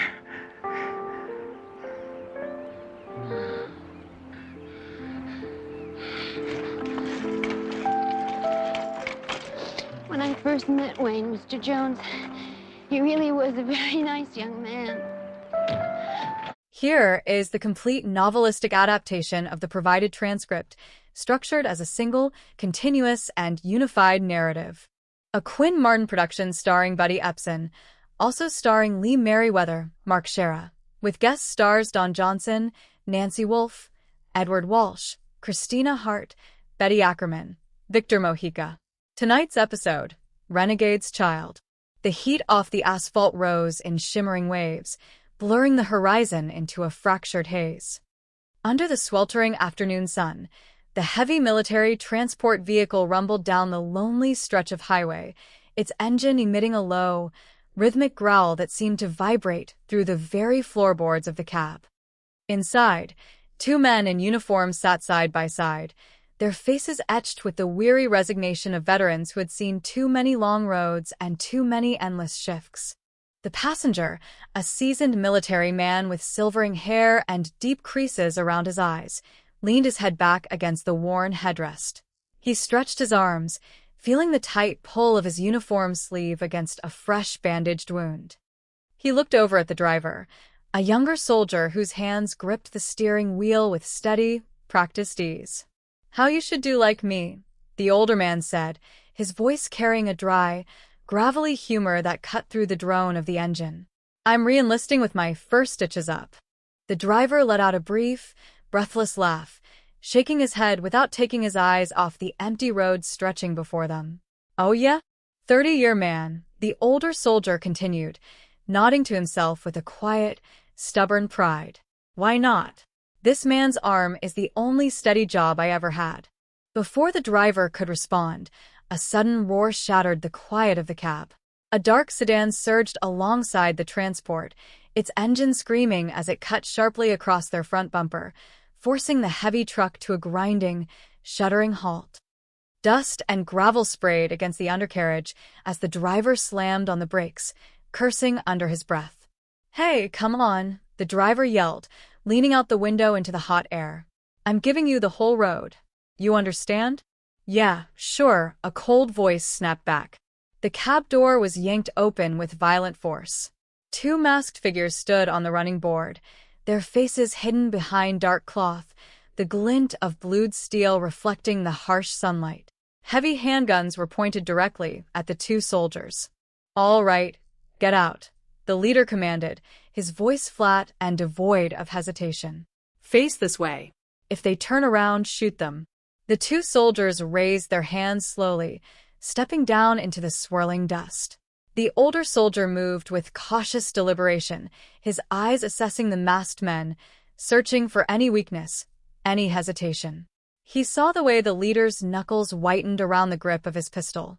Like money on the bench, the leader muttered to his partner, stepping up to inspect the heavy wooden crates stowed in the back of the transport. The older soldier made his move. It was a swift, instinctive surge of movement born of decades of training. He lunged forward, reaching for the weapon. Try to be a hero, damn it, the leader snarled. A sharp, deafening gunshot tore through the quiet canyon. The older soldier gasped, his body stiffening before he collapsed heavily onto the hard dirt shoulder of the road. "Pete, come on," the driver cried out in horror, dropping to his knees beside his fallen companion. "Ridgeway, this is Transport 411. We're being hijacked. Aliso Canyon." "Pete, damn it. He's dead." The second gunman, younger and visibly trembling, stared at the body on the ground, his eyes wide with rising panic behind his mask. "Oh no. Wayne, you said nobody was going to get hurt. You promised me." "Shut up," Wayne snapped, his eyes darting frantically from the dead soldier to the horizon. "Come on, let's start moving." "What about the rest of the guns?" the younger man asked, his voice cracking as he looked back at the half-loaded transport. "If he got through to anybody on that radio, this place is going to be swarming with them," Wayne said, grabbing a crate of military rifles and tossing it into the back of their getaway vehicle. "Meet us back at your place." "Hey, wait a minute, Wayne," the driver of the getaway vehicle called out, leaning from his seat. "What about me?" Wayne shoved the last crate inside and slammed the door shut. "Nothing's changed. Our faces were covered, and you didn't see what we were driving. You know the lyrics." Minutes later, a dark sedan glided down a side road miles away from the canyon, moving at a speed designed strictly to avoid drawing attention. Inside the cramped cabin, tension hung like a suffocating cloud. Wayne sat behind the wheel, his hands tight on the leather cover, his eyes flicking constantly to the rearview mirror. Beside him sat a woman, her hair wrapped in a colorful scarf, her expression a mix of exhaustion and quiet resentment. In the back seat, a little boy lay curled under a faded blanket, his chest rising and falling in fitful, raspy breaths. "Roadblock," Wayne muttered, slowing the car as the flashing red light of a highway patrol cruiser came into view up ahead. They didn't waste any time. "We'd be long gone if we didn't have to stop at that damn motel," the woman snapped from the passenger seat, her voice tight with strain. "Shut up," Wayne hissed through gritted teeth as he rolled down his window and brought the sedan to a gentle stop beside the waiting officer. "Identification, please," the officer said, stepping up to the window and leaning down to inspect the interior. "What's up, officer?" Wayne asked, offering a calm, tired smile that did not reach his eyes. "There's been a robbery," the officer replied, his gaze sweeping over the back seat. "May I have a look in the back, Mr. Lockwood?" "Sure," Wayne said easily, unlocking the rear doors. "The kid's got a cold, so don't wake him up, okay?" The officer peered into the dark rear interior, observing the sleeping child beneath the blanket before stepping back and tapping the roof of the car gently. "Sorry, ma'am." "Yeah, we're kind of pooped out," Wayne said, letting out a soft, weary sigh. "Been up all night nursing the kid." "Sorry to bother you folks," the officer said, waving them through the checkpoint. Wayne drove slowly past the cruiser until they cleared the bend, then pressed his foot down on the accelerator. The tension in the car eased only slightly, replaced by a bitter, simmering silence. "Boy, it feels better," the woman murmured, leaning her head against the window frame. "Thank you." Wayne cast a sharp, venomous glance sideways. "Such a dumbbell." She stiffened, turning to face him. "You're so bright." "I ought to break your head, lady," Wayne spat, his fingers digging into the steering wheel. "What's the matter now?" "You were supposed to tell those people at the motel to keep Jody out of the pool," she countered, her voice rising in defense. "Now his cold is worse. When it comes to this kid of yours, I can't do anything right, can I?" Wayne said, his tone dripping with sarcasm. "Thank you." Miles away, in the quiet, wood-paneled corridors of an established legal firm, an elderly woman sat upright in a leather armchair, her hands clasped tightly over her handbag. Mrs. Nesbit wore her age with a gentle, enduring dignity, though the lines etched around her soft eyes told a story of prolonged grief and tireless searching. Across the room, the door opened, and a sharp, well-dressed young man walked in carrying a stack of thick legal folders. "All right, he'll be out in a minute," the young man said with an encouraging smile. "Oh, not more red tape," Mrs. Nesbit sighed softly, adjusting her gloves. "Yeah, what can I tell you?" The young man replied cheerfully. "It's as hard to check somebody out of prison as in." "Oh, I'm sorry, Mrs. Nesbit. I'd like you to meet our new associate-in-law. He's in the office, J.R. Jones." Chicago's answer to the legal profession. "How are you?" J.R. said, offering a warm, confident hand as he stepped forward. Mrs. Nesbit offered a small, tentative smile. "My daughter know that I'm here?" "Yeah, born to be just over," J.R. assured her kindly. "Don't worry, Mrs. Nesbit. I'm sure everything's going to be just fine." Mrs. Nesbit looked down at her lap, her fingers tracing the stitching of her gloves as memories surged back. It's been 7 years since Julie ran away from home with Betty. 7 years trying to find her. Didn't she phone or write in all that time?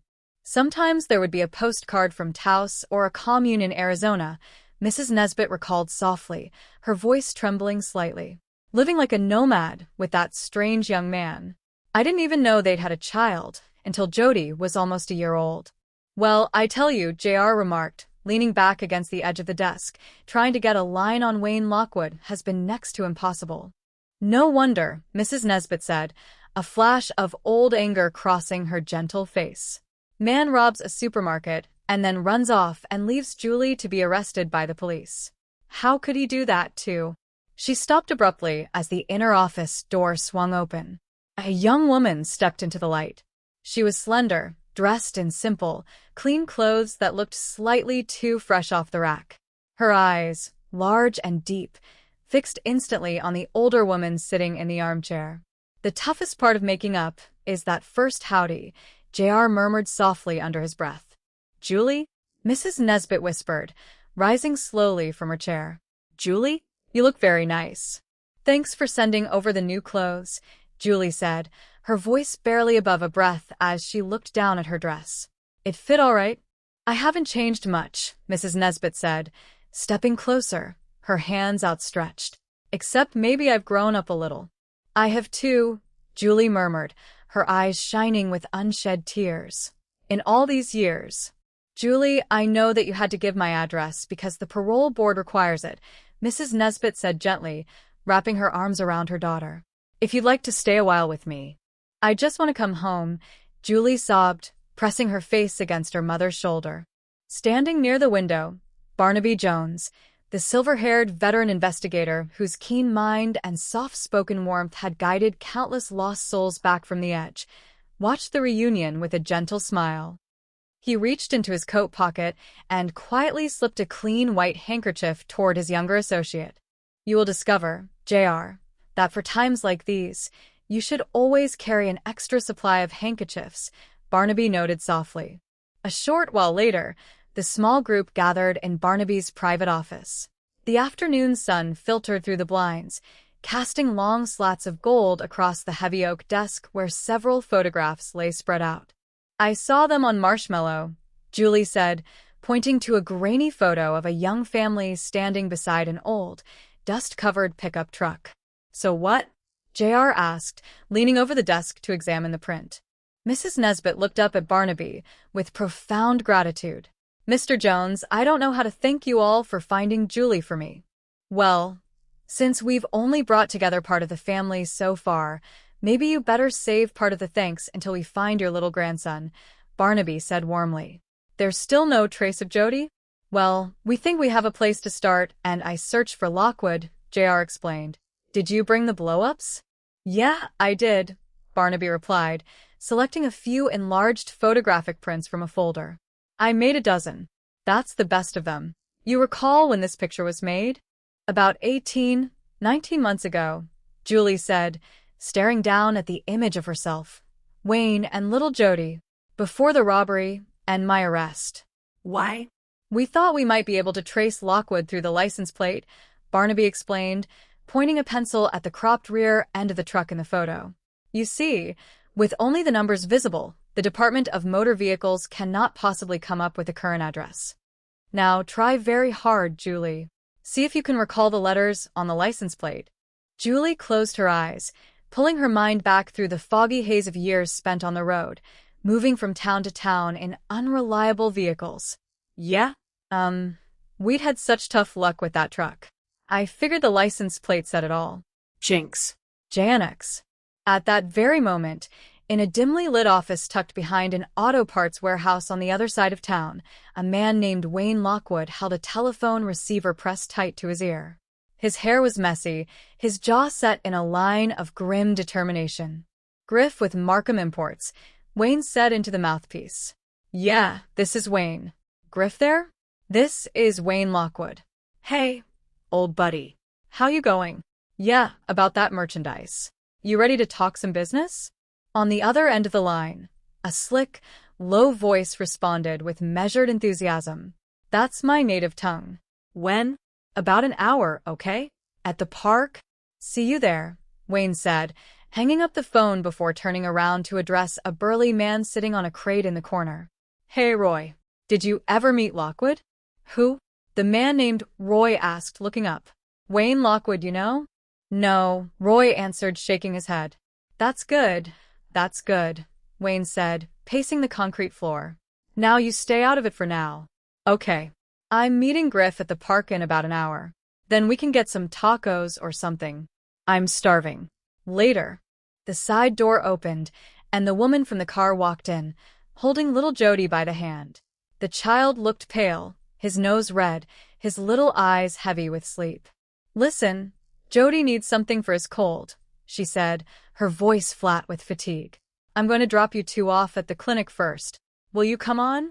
I gave him one of those tranks I lifted from the drugstore in Palmdale, Wayne said casually, glancing at the boy. He's all right. The woman froze, her eyes widening in disbelief and sudden fury. You gave Jody a tranquilizer? Well, you said he needed some rest, didn't you? Wayne retorted, raising his hands defensively. If you ever do that again, I'll kill you, she whispered, her voice dangerous and shaking with anger. Do you understand? Later that afternoon, Barnaby Jones and Julie stood under the shade of a large oak tree in a suburban park, watching a mechanic named Cy Rogers wipe grease from his hands with a red rag beside an old pickup truck. Someone you know? Barnaby asked, noticing the way Julie stared at a framed photograph Cy had pulled from his wallet. Me? Julie murmured softly, her fingers lightly touching the edge of the old photograph. It's like looking at a ghost of myself 7 years ago. The flowers in your hair. The whole bit. We were going to make the world look like a label in a bottle of herbal scented shampoo. It takes some of the kids a long time to find their way back to reality, Barnaby observed gently, his voice full of quiet wisdom. You have to watch out so you don't become a cynic. Wayne did that, Julie said quietly, looking away, when he graduated from petty little rip-offs to armed robbery. Cy Rogers tossed his rag into the bed of the truck and turned to look at Barnaby. You're the guy that's asking for me?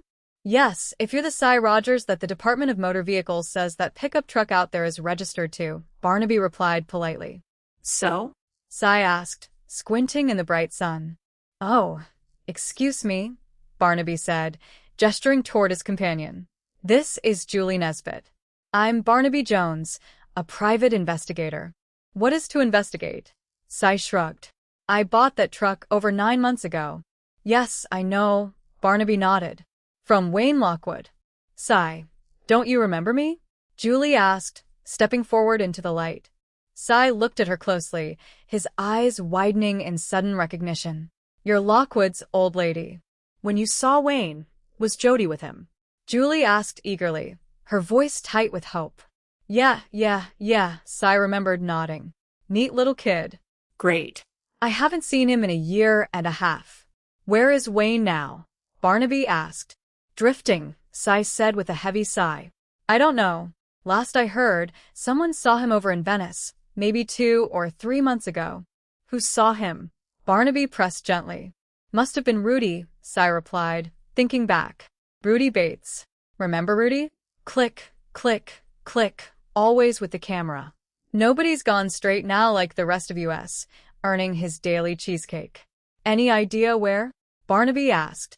Different places, I said, turning back toward his truck. He shoots for some ad agency. But don't ask me which one. Well, that's all right, Barnaby said, offering a warm handshake. We can probably locate him with a couple of phone calls. Thank you very much. Sure, Cy said. Bye-bye, William. As Barnaby and Julie walked back toward their car, Julie turned her head, her eyes narrowing as she spotted a dark car parked across the street. A man sat in the driver's seat, watching them closely through dark sunglasses. Who was that? Julie whispered. That was Leo Shentz and Wayne's best friend, Barnaby noted quietly, observing the vehicle as it pulled away from the curb. Leo'd know where Wayne and Jody are. Meanwhile, in a quiet, secluded park setting on the outskirts of the city, Wayne sat on a concrete bench opposite a well-dressed man named Griff. On the table between them lay a heavy leather duffel bag, unzipped to reveal rows of dark, dangerous military hardware. I got 36 of these heavyweights and 3 cases of M16s, Wayne said, his voice low and businesslike. Griff reached into the bag, touching the metal frame of a rifle with experienced fingers. Let's see, 36 and 3. All right, I'll give you $3,500. Your friend. $4,000 for the lot, Wayne countered immediately. Come on, man. Don't you think I know what this stuff goes for at retail? Look, Wayne, Griff said, leaning forward, his voice dropping to a conspiratorial whisper. According to the news, you blew up a GI to get it. You know, that kind of taints the merchandise. Makes it a little tougher to turn over. So don't buy, Wayne said, standing up and grabbing the handles of the duffel bag. Wait, wait, wait. Wayne, wait, Griff said quickly, holding up his hands. Sit down. Come on. Who said anything about not buying? I mean, did I say that? Did you hear that? You insult me with your $4,000. It's the same thing, Wayne muttered, sitting back down with a frown. Oh, all right, Griff conceded, offering an easy, disarming smile. I insulted you, I apologize. I'll give you 5. Okay, Wayne said, relaxing his posture. Good boy, Griff said, zipping the bag closed. I'll take this stuff to the same place in Chatsworth. Time you got? A 2 after 1. Wayne checked his wristwatch. 3 o'clock, okay, Griff said, taking the bag. See you there, buddy. Keep the faith. As Griff walked off toward his car, a small voice called out from behind a nearby tree. Daddy? Wayne turned to see little Jody walking toward him, dragging his feet through the grass. Hey, Jody. What are you doing here, huh? I thought I told you to wait for me at the clinic. The woman followed close behind the boy, looking indifferent. I'm all better, so we didn't go to the clinic. When I tell you to do something, Wayne started, his voice sharp with rising anger. Wayne, Jody doesn't have a cold, the woman interrupted, waving her hand dismissively. He's just got the morning sniffles. I don't care, Wayne snapped, glaring at her. I don't take chances with my kid. Do you understand? I wanted to be sure, she replied evenly. The clinic was jammed with all those sickies anyway. I'm hungry, Daddy, Jody whimpered, tugging at Wayne's jacket sleeve. Can I have a hamburger? Wayne's face softened slightly as he looked down at his son. Want a hamburger, kid? Huh? How about some French fries? And a vanilla malt? Yeah. Jody brightened instantly, a small smile breaking through his tiredness. Okay, let's go, Wayne said, taking the boy's hand. Over in a sunlit photography studio in the center of town, bright lights flashed as a commercial photographer adjusted his camera lens. Models in brightly colored summer outfits posed against artificial backdrops while crew members moved equipment across the floor. Okay, now, when we roll this time, I want you to remember. The photographer called out over the hum of the air conditioning. The whole idea behind this is that even Eskimos eat bananas, right? They love bananas, okay? Okay. He stepped back from his tripod, wiping his brow as a helper brought over a tray. We sure came a long way from that commune we crashed, huh? Don't leave that smile in the dressing room, Foxy. Paul, let me know when that ice machine is ready, okay? I'm back, J.R. Jones said cheerfully, stepping into the studio with Barnaby at his side. Would you like a cup of coffee? The photographer, Rudy Bates, asked, gesturing to a table in the corner. Yes, thank you, Barnaby replied warmly. Do you have any milk? I think we do, Rudy said, pouring 2 cups. Wayne Lockwood, Barnaby began, leaning against the counter. I'm supposed to have seen him where? In Venice about 2 or 3 months ago, according to Cy Rogers, J.R. chimed in. Oh, yeah, Rudy remembered, setting down the coffee pot. I was shooting out on the beach then. I only talked to him for a minute or so. I don't know where he'd be now. Is there anyone else who might know his whereabouts? Barnaby asked. There's one other person who might know where he is, Rudy said, scratching his chin as he thought back. It's, Leo Shinsun. The street. Yeah, I remember Leo. He used to give me lifts on his bike. Any idea where I might find him now? Barnaby asked. Is he staying with his folks or a girlfriend? I was never that close to Leo, Rudy admitted with a shrug. I seem to remember that he used to crash at his father's house. You know his father's full name? Barnaby inquired. No, Rudy said, shaking his head. Wait. Leo told me once that, his father worked out of Los Angeles as a shack. Shack, J.R. repeated, a puzzled look crossing his face. Well, if I can fall back on my railroading experience, Barnaby explained with a subtle smile, a shack is, someone who is in charge of the freight cars and the freight train. Right. While Barnaby and J.R. followed their lead, Wayne's dark sedan pulled into a secluded driveway high up in the hills. The house was rustic, tucked away behind dense foliage, near the top of Topanga Canyon. Wayne stepped out, carrying a heavy tool bag, while Leo stood near the open shed in the backyard. Hey, Wayne, Leo said, coming around the corner of the house. You'd never believe who I ran into. Inside the car, the woman handed a small glass of milk to Jody in the back seat. See that he drinks his milk, Wayne called out over his shoulder. Every drop, you hear me? And then you sack out for a couple of hours. Can I come with you? Jody asked, peering out the window. No, son, Wayne said firmly. Leo, open the shed. As they walked toward the structure, Leo lowered his voice. I want to tell you, there's a detective been asking about you. Detective? Wayne stopped in his tracks, his eyes narrowing. I'm not a cop. Private one. You're not going to believe this. He was with Julie. Julie? Wayne repeated, genuine surprise in his tone. She's out?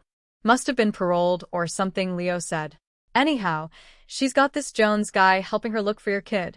Julie's out, Wayne murmured to himself, staring off into the trees. What do you know about that? Back at the legal office, J.R. hung up the telephone receiver and turned to Barnaby with a triumphant grin. Up on Candlefoot Road, off the top of Topanga Canyon. That's out there near that hippie restaurant. Does he check out? Barnaby asked, double-checking his notes. Well, if there's another Shinsun living in Los Angeles working for the railroad company, the railroad union sure doesn't know about it, J.R. reported. I think I'll take a drive out there, Barnaby decided, reaching for his coat. Good idea, J.R. nodded. Don't you have any studying to do? Barnaby teased gently, looking at the heavy law books stacked on the young man's desk. Yeah, I do, J.R. admitted with a light laugh, but I got to earn my keep, don't I? Barnaby paused at the door, a glint of humor in his eyes. In the state of California, to drive a nail into a saw log intended for lumber, is that a felony or a misdemeanor? Misdemeanor, J.R. guessed confidently. Felony, Barnaby corrected with a soft chuckle. Now, if you want to pass that bar exam, you better stay here and bone up. Penal Code 593A. He always uses that when he thinks a lawyer needs to be brought down a peg or two. Betty, Barnaby's sharp and dedicated assistant, chimed in from her desk with a smile. That's it, Barnaby agreed with a nod. Up at the remote mountain house near Topanga Canyon, Wayne was closing the rear doors of the stolen truck after unloading a fresh batch of crates. Griff was standing beside him, counting out a thick stack of $100 bills. Okay. Well, don't forget it, old buddy, Griff said, handing the money over. If you get any more of this stuff, give me a call, huh? Take it easy, Leo. Griff drove away, leaving Wayne and Leo standing near the open garage. Just then, two young men with long hair and worn clothes stumbled out from the trees near the main house, moving with erratic unsteadiness. "You Jim Rokas?" one of them demanded, stepping into Wayne's path. "Are you?" "I'm not Jim Rokas around here," Wayne said coldly, trying to push past them. "Oh, come on," the man pleaded, his eyes glassy. They told me I could score with you, man. "Hey, I'm hurting real bad. You know what I mean." "Oh, come on, man," Leo chimed in, trying to usher them away. "Try the beanery down the hill. You might find it there." Hey, the intruder shouted, reaching into his jacket and pulling out a small, snub-nosed revolver. "I know one of you is Rokas, so empty your pockets and everything on the ground. Look, we don't do junk, so we won't have any," Leo said, holding up his hands. now. The gunman yelled, brandishing the weapon wildly. See? "Nothing," Leo said, turning his pockets inside out. "What's that?" the gunman snapped, pointing to a folded piece of paper sticking out of Leo's shirt pocket. "It's a letter from my mother," Leo explained nervously. "Hand it over," the man ordered. "No, no," Leo protested, backing away. No, I haven't." A sharp, crackling gunshot echoed through the canyon walls. Leo gasped, clutching his chest as he fell backward into the dry dirt, motionless. "Oh, man," the gunman exclaimed, grabbing the thick wad of bills Wayne had just placed on a nearby workbench. "With this kind of bread, I could trip forever." "Hold it," Wayne screamed, reaching for a weapon on the shelf, but the intruder panicked and fled into the thick woods, disappearing down the slope. "Right there," Wayne muttered, running over to Leo's side, but it was already too late. That looked like a shot. The woman rushed out from the house, her face pale as she looked down at the scene. Leo's dead. "Some junkie ripped us off for all our money." "Those people down there might have heard the shot," Wayne warned, his eyes darting toward the road below. "First that soldier, now Leo?" she cried out, her voice rising in hysteria. "Two people dead, and what have we got to show for it?" "Get Jody, we're moving out," Wayne ordered sternly. "Nothing," she screamed, tears of anger streaming down her face. "That's what we've got, absolutely nothing." "I said get Jody," Wayne yelled back, stepping toward her aggressively. "You're a loser, you know that?" she spat, backing away from him with complete contempt. "Well, to hell with you, and to hell with nursemaiding Jody. I've had it." "Daddy?" little Jody called out, stepping out onto the porch, rubbing his eyes. "Come on, Jody, we're taking off," Wayne said, picking up the boy and carrying him quickly toward the van. "What about Amanda?" Jody asked, looking back at the woman who was already walking briskly down the dirt driveway without looking back. "Amanda's not going to be with us anymore," Wayne said quietly, sliding the side door shut. "In you go." A few minutes later, Barnaby Jones pulled his sedan up to the quiet mountain property. An elderly neighbor, Ralph, was standing near the front gate, looking anxiously down the road.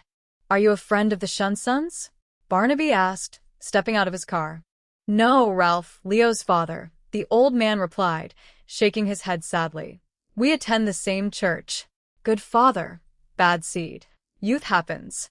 "Any of Leo's friends around?" Barnaby inquired, looking toward the silent house. "You mean that young couple?" Ralph asked. "You have a child, a little boy?" "Oh, a nice little fellow. It's a shame that a boy like that ends up with weirdos looking after him." "When's the last time you saw them?" Barnaby pressed. "Well, the man and the boy, yesterday," Ralph remembered. "The woman, a little while ago. I saw her heading down the hill when I come out to see what the shooting was all about."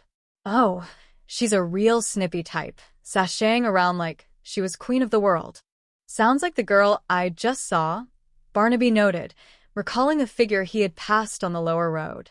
"She blonde, wearing something that looked like an undershirt with a scarf wrapped around the middle." "That's her," Ralph confirmed. Down on the main highway, the woman, Amanda, stood by the shoulder with her thumb out. A heavy sedan pulled over, and Barnaby Jones leaned over from the passenger side to open the door. "How far are you going, young lady?" Barnaby asked smoothly. Amanda slid into the seat, tossing her small bag into the back. You know, usually when I ride with a straight, I get a lecture. About the dangers of hitchhiking? Barnaby offered with a slight smile. It is dangerous, you know. But you haven't mind? A little detour up in the woods? No, Barnaby said, shifting the car into gear and turning back toward town. A little detour down to the sheriff's office. What? Amanda gasped, reaching for the door handle. You help me out. I may put in a good word for you, Barnaby said calmly, locking the doors from the master control. Hey, man, what's going down? She demanded, panicking. I have to find Wayne Lockwood, Barnaby said firmly. Who are you? She asked, shrinking back into her seat. Private detective, Barnaby introduced himself. I was hired by Jody's mother to find Jody. Stop the car, I want to get out, she insisted. All right, Barnaby said, keeping his eyes on the road. I figure the first question the sheriff is going to ask you is who killed Leo, Wayne, or you. Wait a minute, Amanda protested, her voice shaking. There's a witness who saw you there about the time of the shooting, Barnaby pointed out coolly. Well, it wasn't me, she insisted vehemently. Wayne said that some guy showed up and he robbed him of all their money and then he shot Leo. Where is Wayne now? Barnaby asked. He split, she confessed. He took off with Jody in the van. He didn't tell me where he was going. Can you give me a break? I didn't have anything to do with Leo's killing. I think the only break you can look forward to is if I find Wayne, and he backs up your story, Barnaby told her truthfully. But I swear I don't know where he took off to, she pleaded. If he was tapped out by that robbery, he's going to need money, Barnaby reasoned. What have you been into lately? Rip-offs, stealing stuff, anything you could sell. No, she insisted.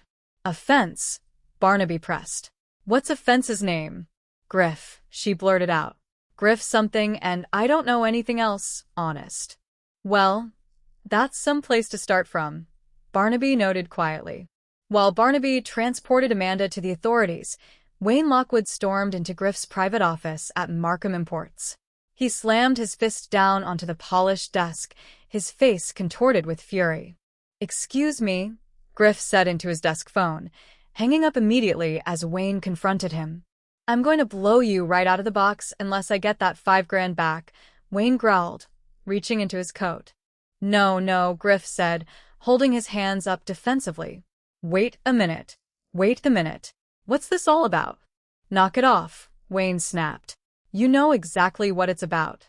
Drop it, a voice ordered from the doorway. Griff's henchman, Roy, stepped into the room with a drawn revolver. Come on, Mike. Give me that. Roy confiscated Wayne's hidden handgun and stepped back. Now you wanted to hurt me, Griff said, smoothing his jacket with exaggerated calm. Why? What did I do to you? You ought to know, Wayne spat, glaring at him. You're the one that sent the gun to get the money back while he killed Leo doing it. Killed Leo? Griff asked, his face displaying a mask of sudden, shocked surprise. Yeah. Oh, man, that's terrible. And I want to get this straight. You're blaming me for that? Who else knew I had the money? Wayne demanded. Oh, come on, Wayne, Griff said softly, shaking his head. People are held up every day. You see, Willie, you see what grief can do to a man? Here's a man. He loses his friend. And what does he do? He strikes out at another friend. Now, believe me, Wayne, and this is from the heart, I didn't send any gun after you. Yeah, Wayne muttered, lowering his gaze slightly as his suspicion faltered. Okay, maybe the hophead got lucky. I don't know. Hey, you lost it all, huh? Griff said, rubbing his chin thoughtfully. That's a shame. Now, wait a minute, Wayne. I'll tell you what I'll do, Wayne. Now, I got another important order to fill. So I'll raise the ante. 25%. How's that? Does that prove I'm leveling with you? I'll have to check with my inside man, Wayne said cautiously. When will I hear from you? Griff asked. Tonight, Wayne answered. If I can set it up, it'll go down tomorrow. Where's Roy? Griff asked as Wayne turned toward the exit. He's out back, Wayne replied, slipping out into the alleyway. Well, you have him tell, Wayne, Griff said to himself with a dark smile once he was alone. We find out who the source is, we eliminate the middleman. Outside in the alley, Wayne climbed back into the driver's seat of his van. Little Jody was sitting quietly in the back, looking at a small plastic toy. Okay, Wayne said, looking back at his son. Want to sit up front with me? No, Jody said softly, shaking his head. Something the matter? Wayne asked, stepping into the back and sitting beside the boy. Come here. Hey. Listen, we've always been straight with each other, haven't we? Right? Now Amanda's gone. Are we gonna go looking for Mommy again? Jody asked, looking up with big, hopeful eyes. I don't know, Wayne admitted softly, his expression turning melancholic. She's been gone a long time. You promised we'd find her someday, Jody reminded him. Miss her a lot, huh? Wayne asked gently. Uh-huh, Jody nodded. Okay, Wayne said, pulling the boy close for a brief hug. We'll see what we can do, all right? Later that afternoon, in the Central Precinct office, Barnaby Jones stood beside Lieutenant Biddle's desk, listening to the officer finish a phone conversation. Lieutenant Biddle, you have done it again, Barnaby said warmly as the officer set the receiver down. Yes, John, Biddle replied with a professional smile. We owe you one. Right, Barnaby agreed. Bye. He turned to JR and Betty, who were waiting nearby. Well, the only grift the police have a file on is a suspected fence by the name of Griffith P. Markham. He has an office in Studio City. Did John say what he deals in? JR asked. Anything that's not nailed down, Barnaby explained. But lately, though, he's been suspected of being in the gun trade, selling to foreign mercenaries, revolutionary groups, that sort of thing. Yeah, there has been a hijacking recently over the Palmdale area, JR recalled. A soldier killed. John mentioned that. I also got the feeling that he'd appreciate anything you might come up with on Markham, Barnaby noted. Betty, do you think I could make a convincing mercenary colonel? You know, Barnaby, you're not really going to pretend to be a buyer, are you? Betty asked, concern evident in her voice. Well, can you think of a better way to get a close look at our Mr. Griff? Barnaby asked with a light twinkle in his eye. First, I've got to set up a believable good background for the colonel. Suddenly, the office door clicked open. A woman stepped inside, looking around nervously before her eyes landed on Julie, who was sitting on the couch. Who is it? JR asked, turning around. Hi, the woman said softly, taking a step forward. I heard you were looking for me, so here I am. Judy, Julie gasped, standing up instantly, her heart pounding in her chest. Is he all right? The woman asked. See for yourself, a quiet voice said from behind her. He's in the van. Julie sprinted past them into the hallway and out into the bright sunlight of the parking lot. A familiar van was parked near the curb. The side door slid open, and a little face peered out. Judy, Julie cried, tears spilling down her cheeks. Mommy? The little boy called out, his eyes widening in pure wonder. Judy, my darling. Julie sobbed, reaching into the vehicle and gathering her small son into her arms, pulling him close against her heart. Oh, Judy. Julie? Wayne stepped out from behind the vehicle, staring at the emotional scene with a mix of sorrow and regret. Who's that out there? Julie. Julie. An hour later, inside Griffith Markham's private office, Barnaby Jones sat comfortably in an armchair, sporting a dark eye patch and carrying himself with the rigid, commanding posture of a seasoned military commander. You'll be paid. Handsomely, Barnaby said, his voice deep and authoritative. Just, who are your people? You check me out? Let's just say that they're, patriots. Why come to me? Griff asked, leaning back and studying his visitor carefully. I mean, hard goods are a little out of my line. I thought we checked you out, Barnaby countered smoothly, narrowing his visible eye. But if you insist that I got the wrong man. No, Griff said quickly, raising a hand. Wait the minute. Just supposing I can get you maybe 100 handguns, maybe 5 or 6 crates of M16s. No, not enough. Barnaby dismissed the offer with a cold wave of his hand. I thought that I was dealing with the big operator. I'm going to need at least triple that amount. Triple? Griff repeated, taking a sharp breath. You're talking about maybe $100,000. For a start, Barnaby said firmly. And I'll need the goods now. What do you mean now? Griff asked, eyebrows raised. You mean today? I'm leaving town tonight, Barnaby stated flatly, standing up from his chair. If I can't fill my needs with you, then I'll have to go elsewhere. I'm sorry, but time is of the essence. Okay, Griff conceded, gesturing for him to sit back down. It just so happens that I got a man who might be able to lay his hands on some merchandise in a couple of hours. Now, if he delivers, I'll have everything you want. Sounds fine, Barnaby said, adjusting his coat. I'll be back at 5 o'clock. If you have the goods and it looks all right, then we'll talk money. Fine, Griff smiled, offering his hand. Don't disappoint me now. Right, Barnaby agreed, shaking the offered hand before turning to leave. Outside, in a discreet sedan parked around the corner, J.R. Jones sat with a shortwave receiver tuned to a concealed wire. Betty sat beside him, monitoring the frequency. Betty, he's coming now, J.R. whispered into his microphone. I'll talk to you later. Hear anything from Julie? Well, Betty reported over the line. Betty went to the sheriff's office and talked to Amanda, and she said that the van Julie's mother described matches Wayne's. Yeah, that's what we figured, J.R. acknowledged as Barnaby slipped into the driver's seat beside him. How'd you do in there? I built a fire under Markham, Barnaby said, removing the dark eye patch with a weary sigh. If I read the smoke signals correctly, somebody's going to be ripping off a shipment of guns somewhere today. Yeah, well, let's hope it's Wayne, J.R. said, shifting in his seat. Yeah, I only hope to find Julie and the boy, Barnaby said quietly, starting the engine. Late that afternoon, along a desolate dirt road winding through an abandoned industrial quarry near Chatsworth, 2 military trucks sat parked side by side. A soldier in uniform sat on the running board, eating a quick meal from a tin container, while another stood guard nearby. I passed a weapons carrier about 25 miles back, Wayne murmured to his accomplice as they watched the scene through binoculars from a nearby ridge. They stopped for some chow. How long, you figure? The partner asked. An hour, maybe, Wayne replied, checking his gear. Look, I made it. This is my last job. Sure it is, his partner scoffed quietly. Until the next time that chick of yours wants to go to Las Vegas for the weekend. Don't fall asleep, Wayne instructed, handing over the field glasses. Watch for the signal. I'll be right back. How far out? The accomplice asked. For 0.7 miles past the Baldero turnoff, Wayne answered, slipping down the embankment. On our way. Minutes later, Wayne and his team struck.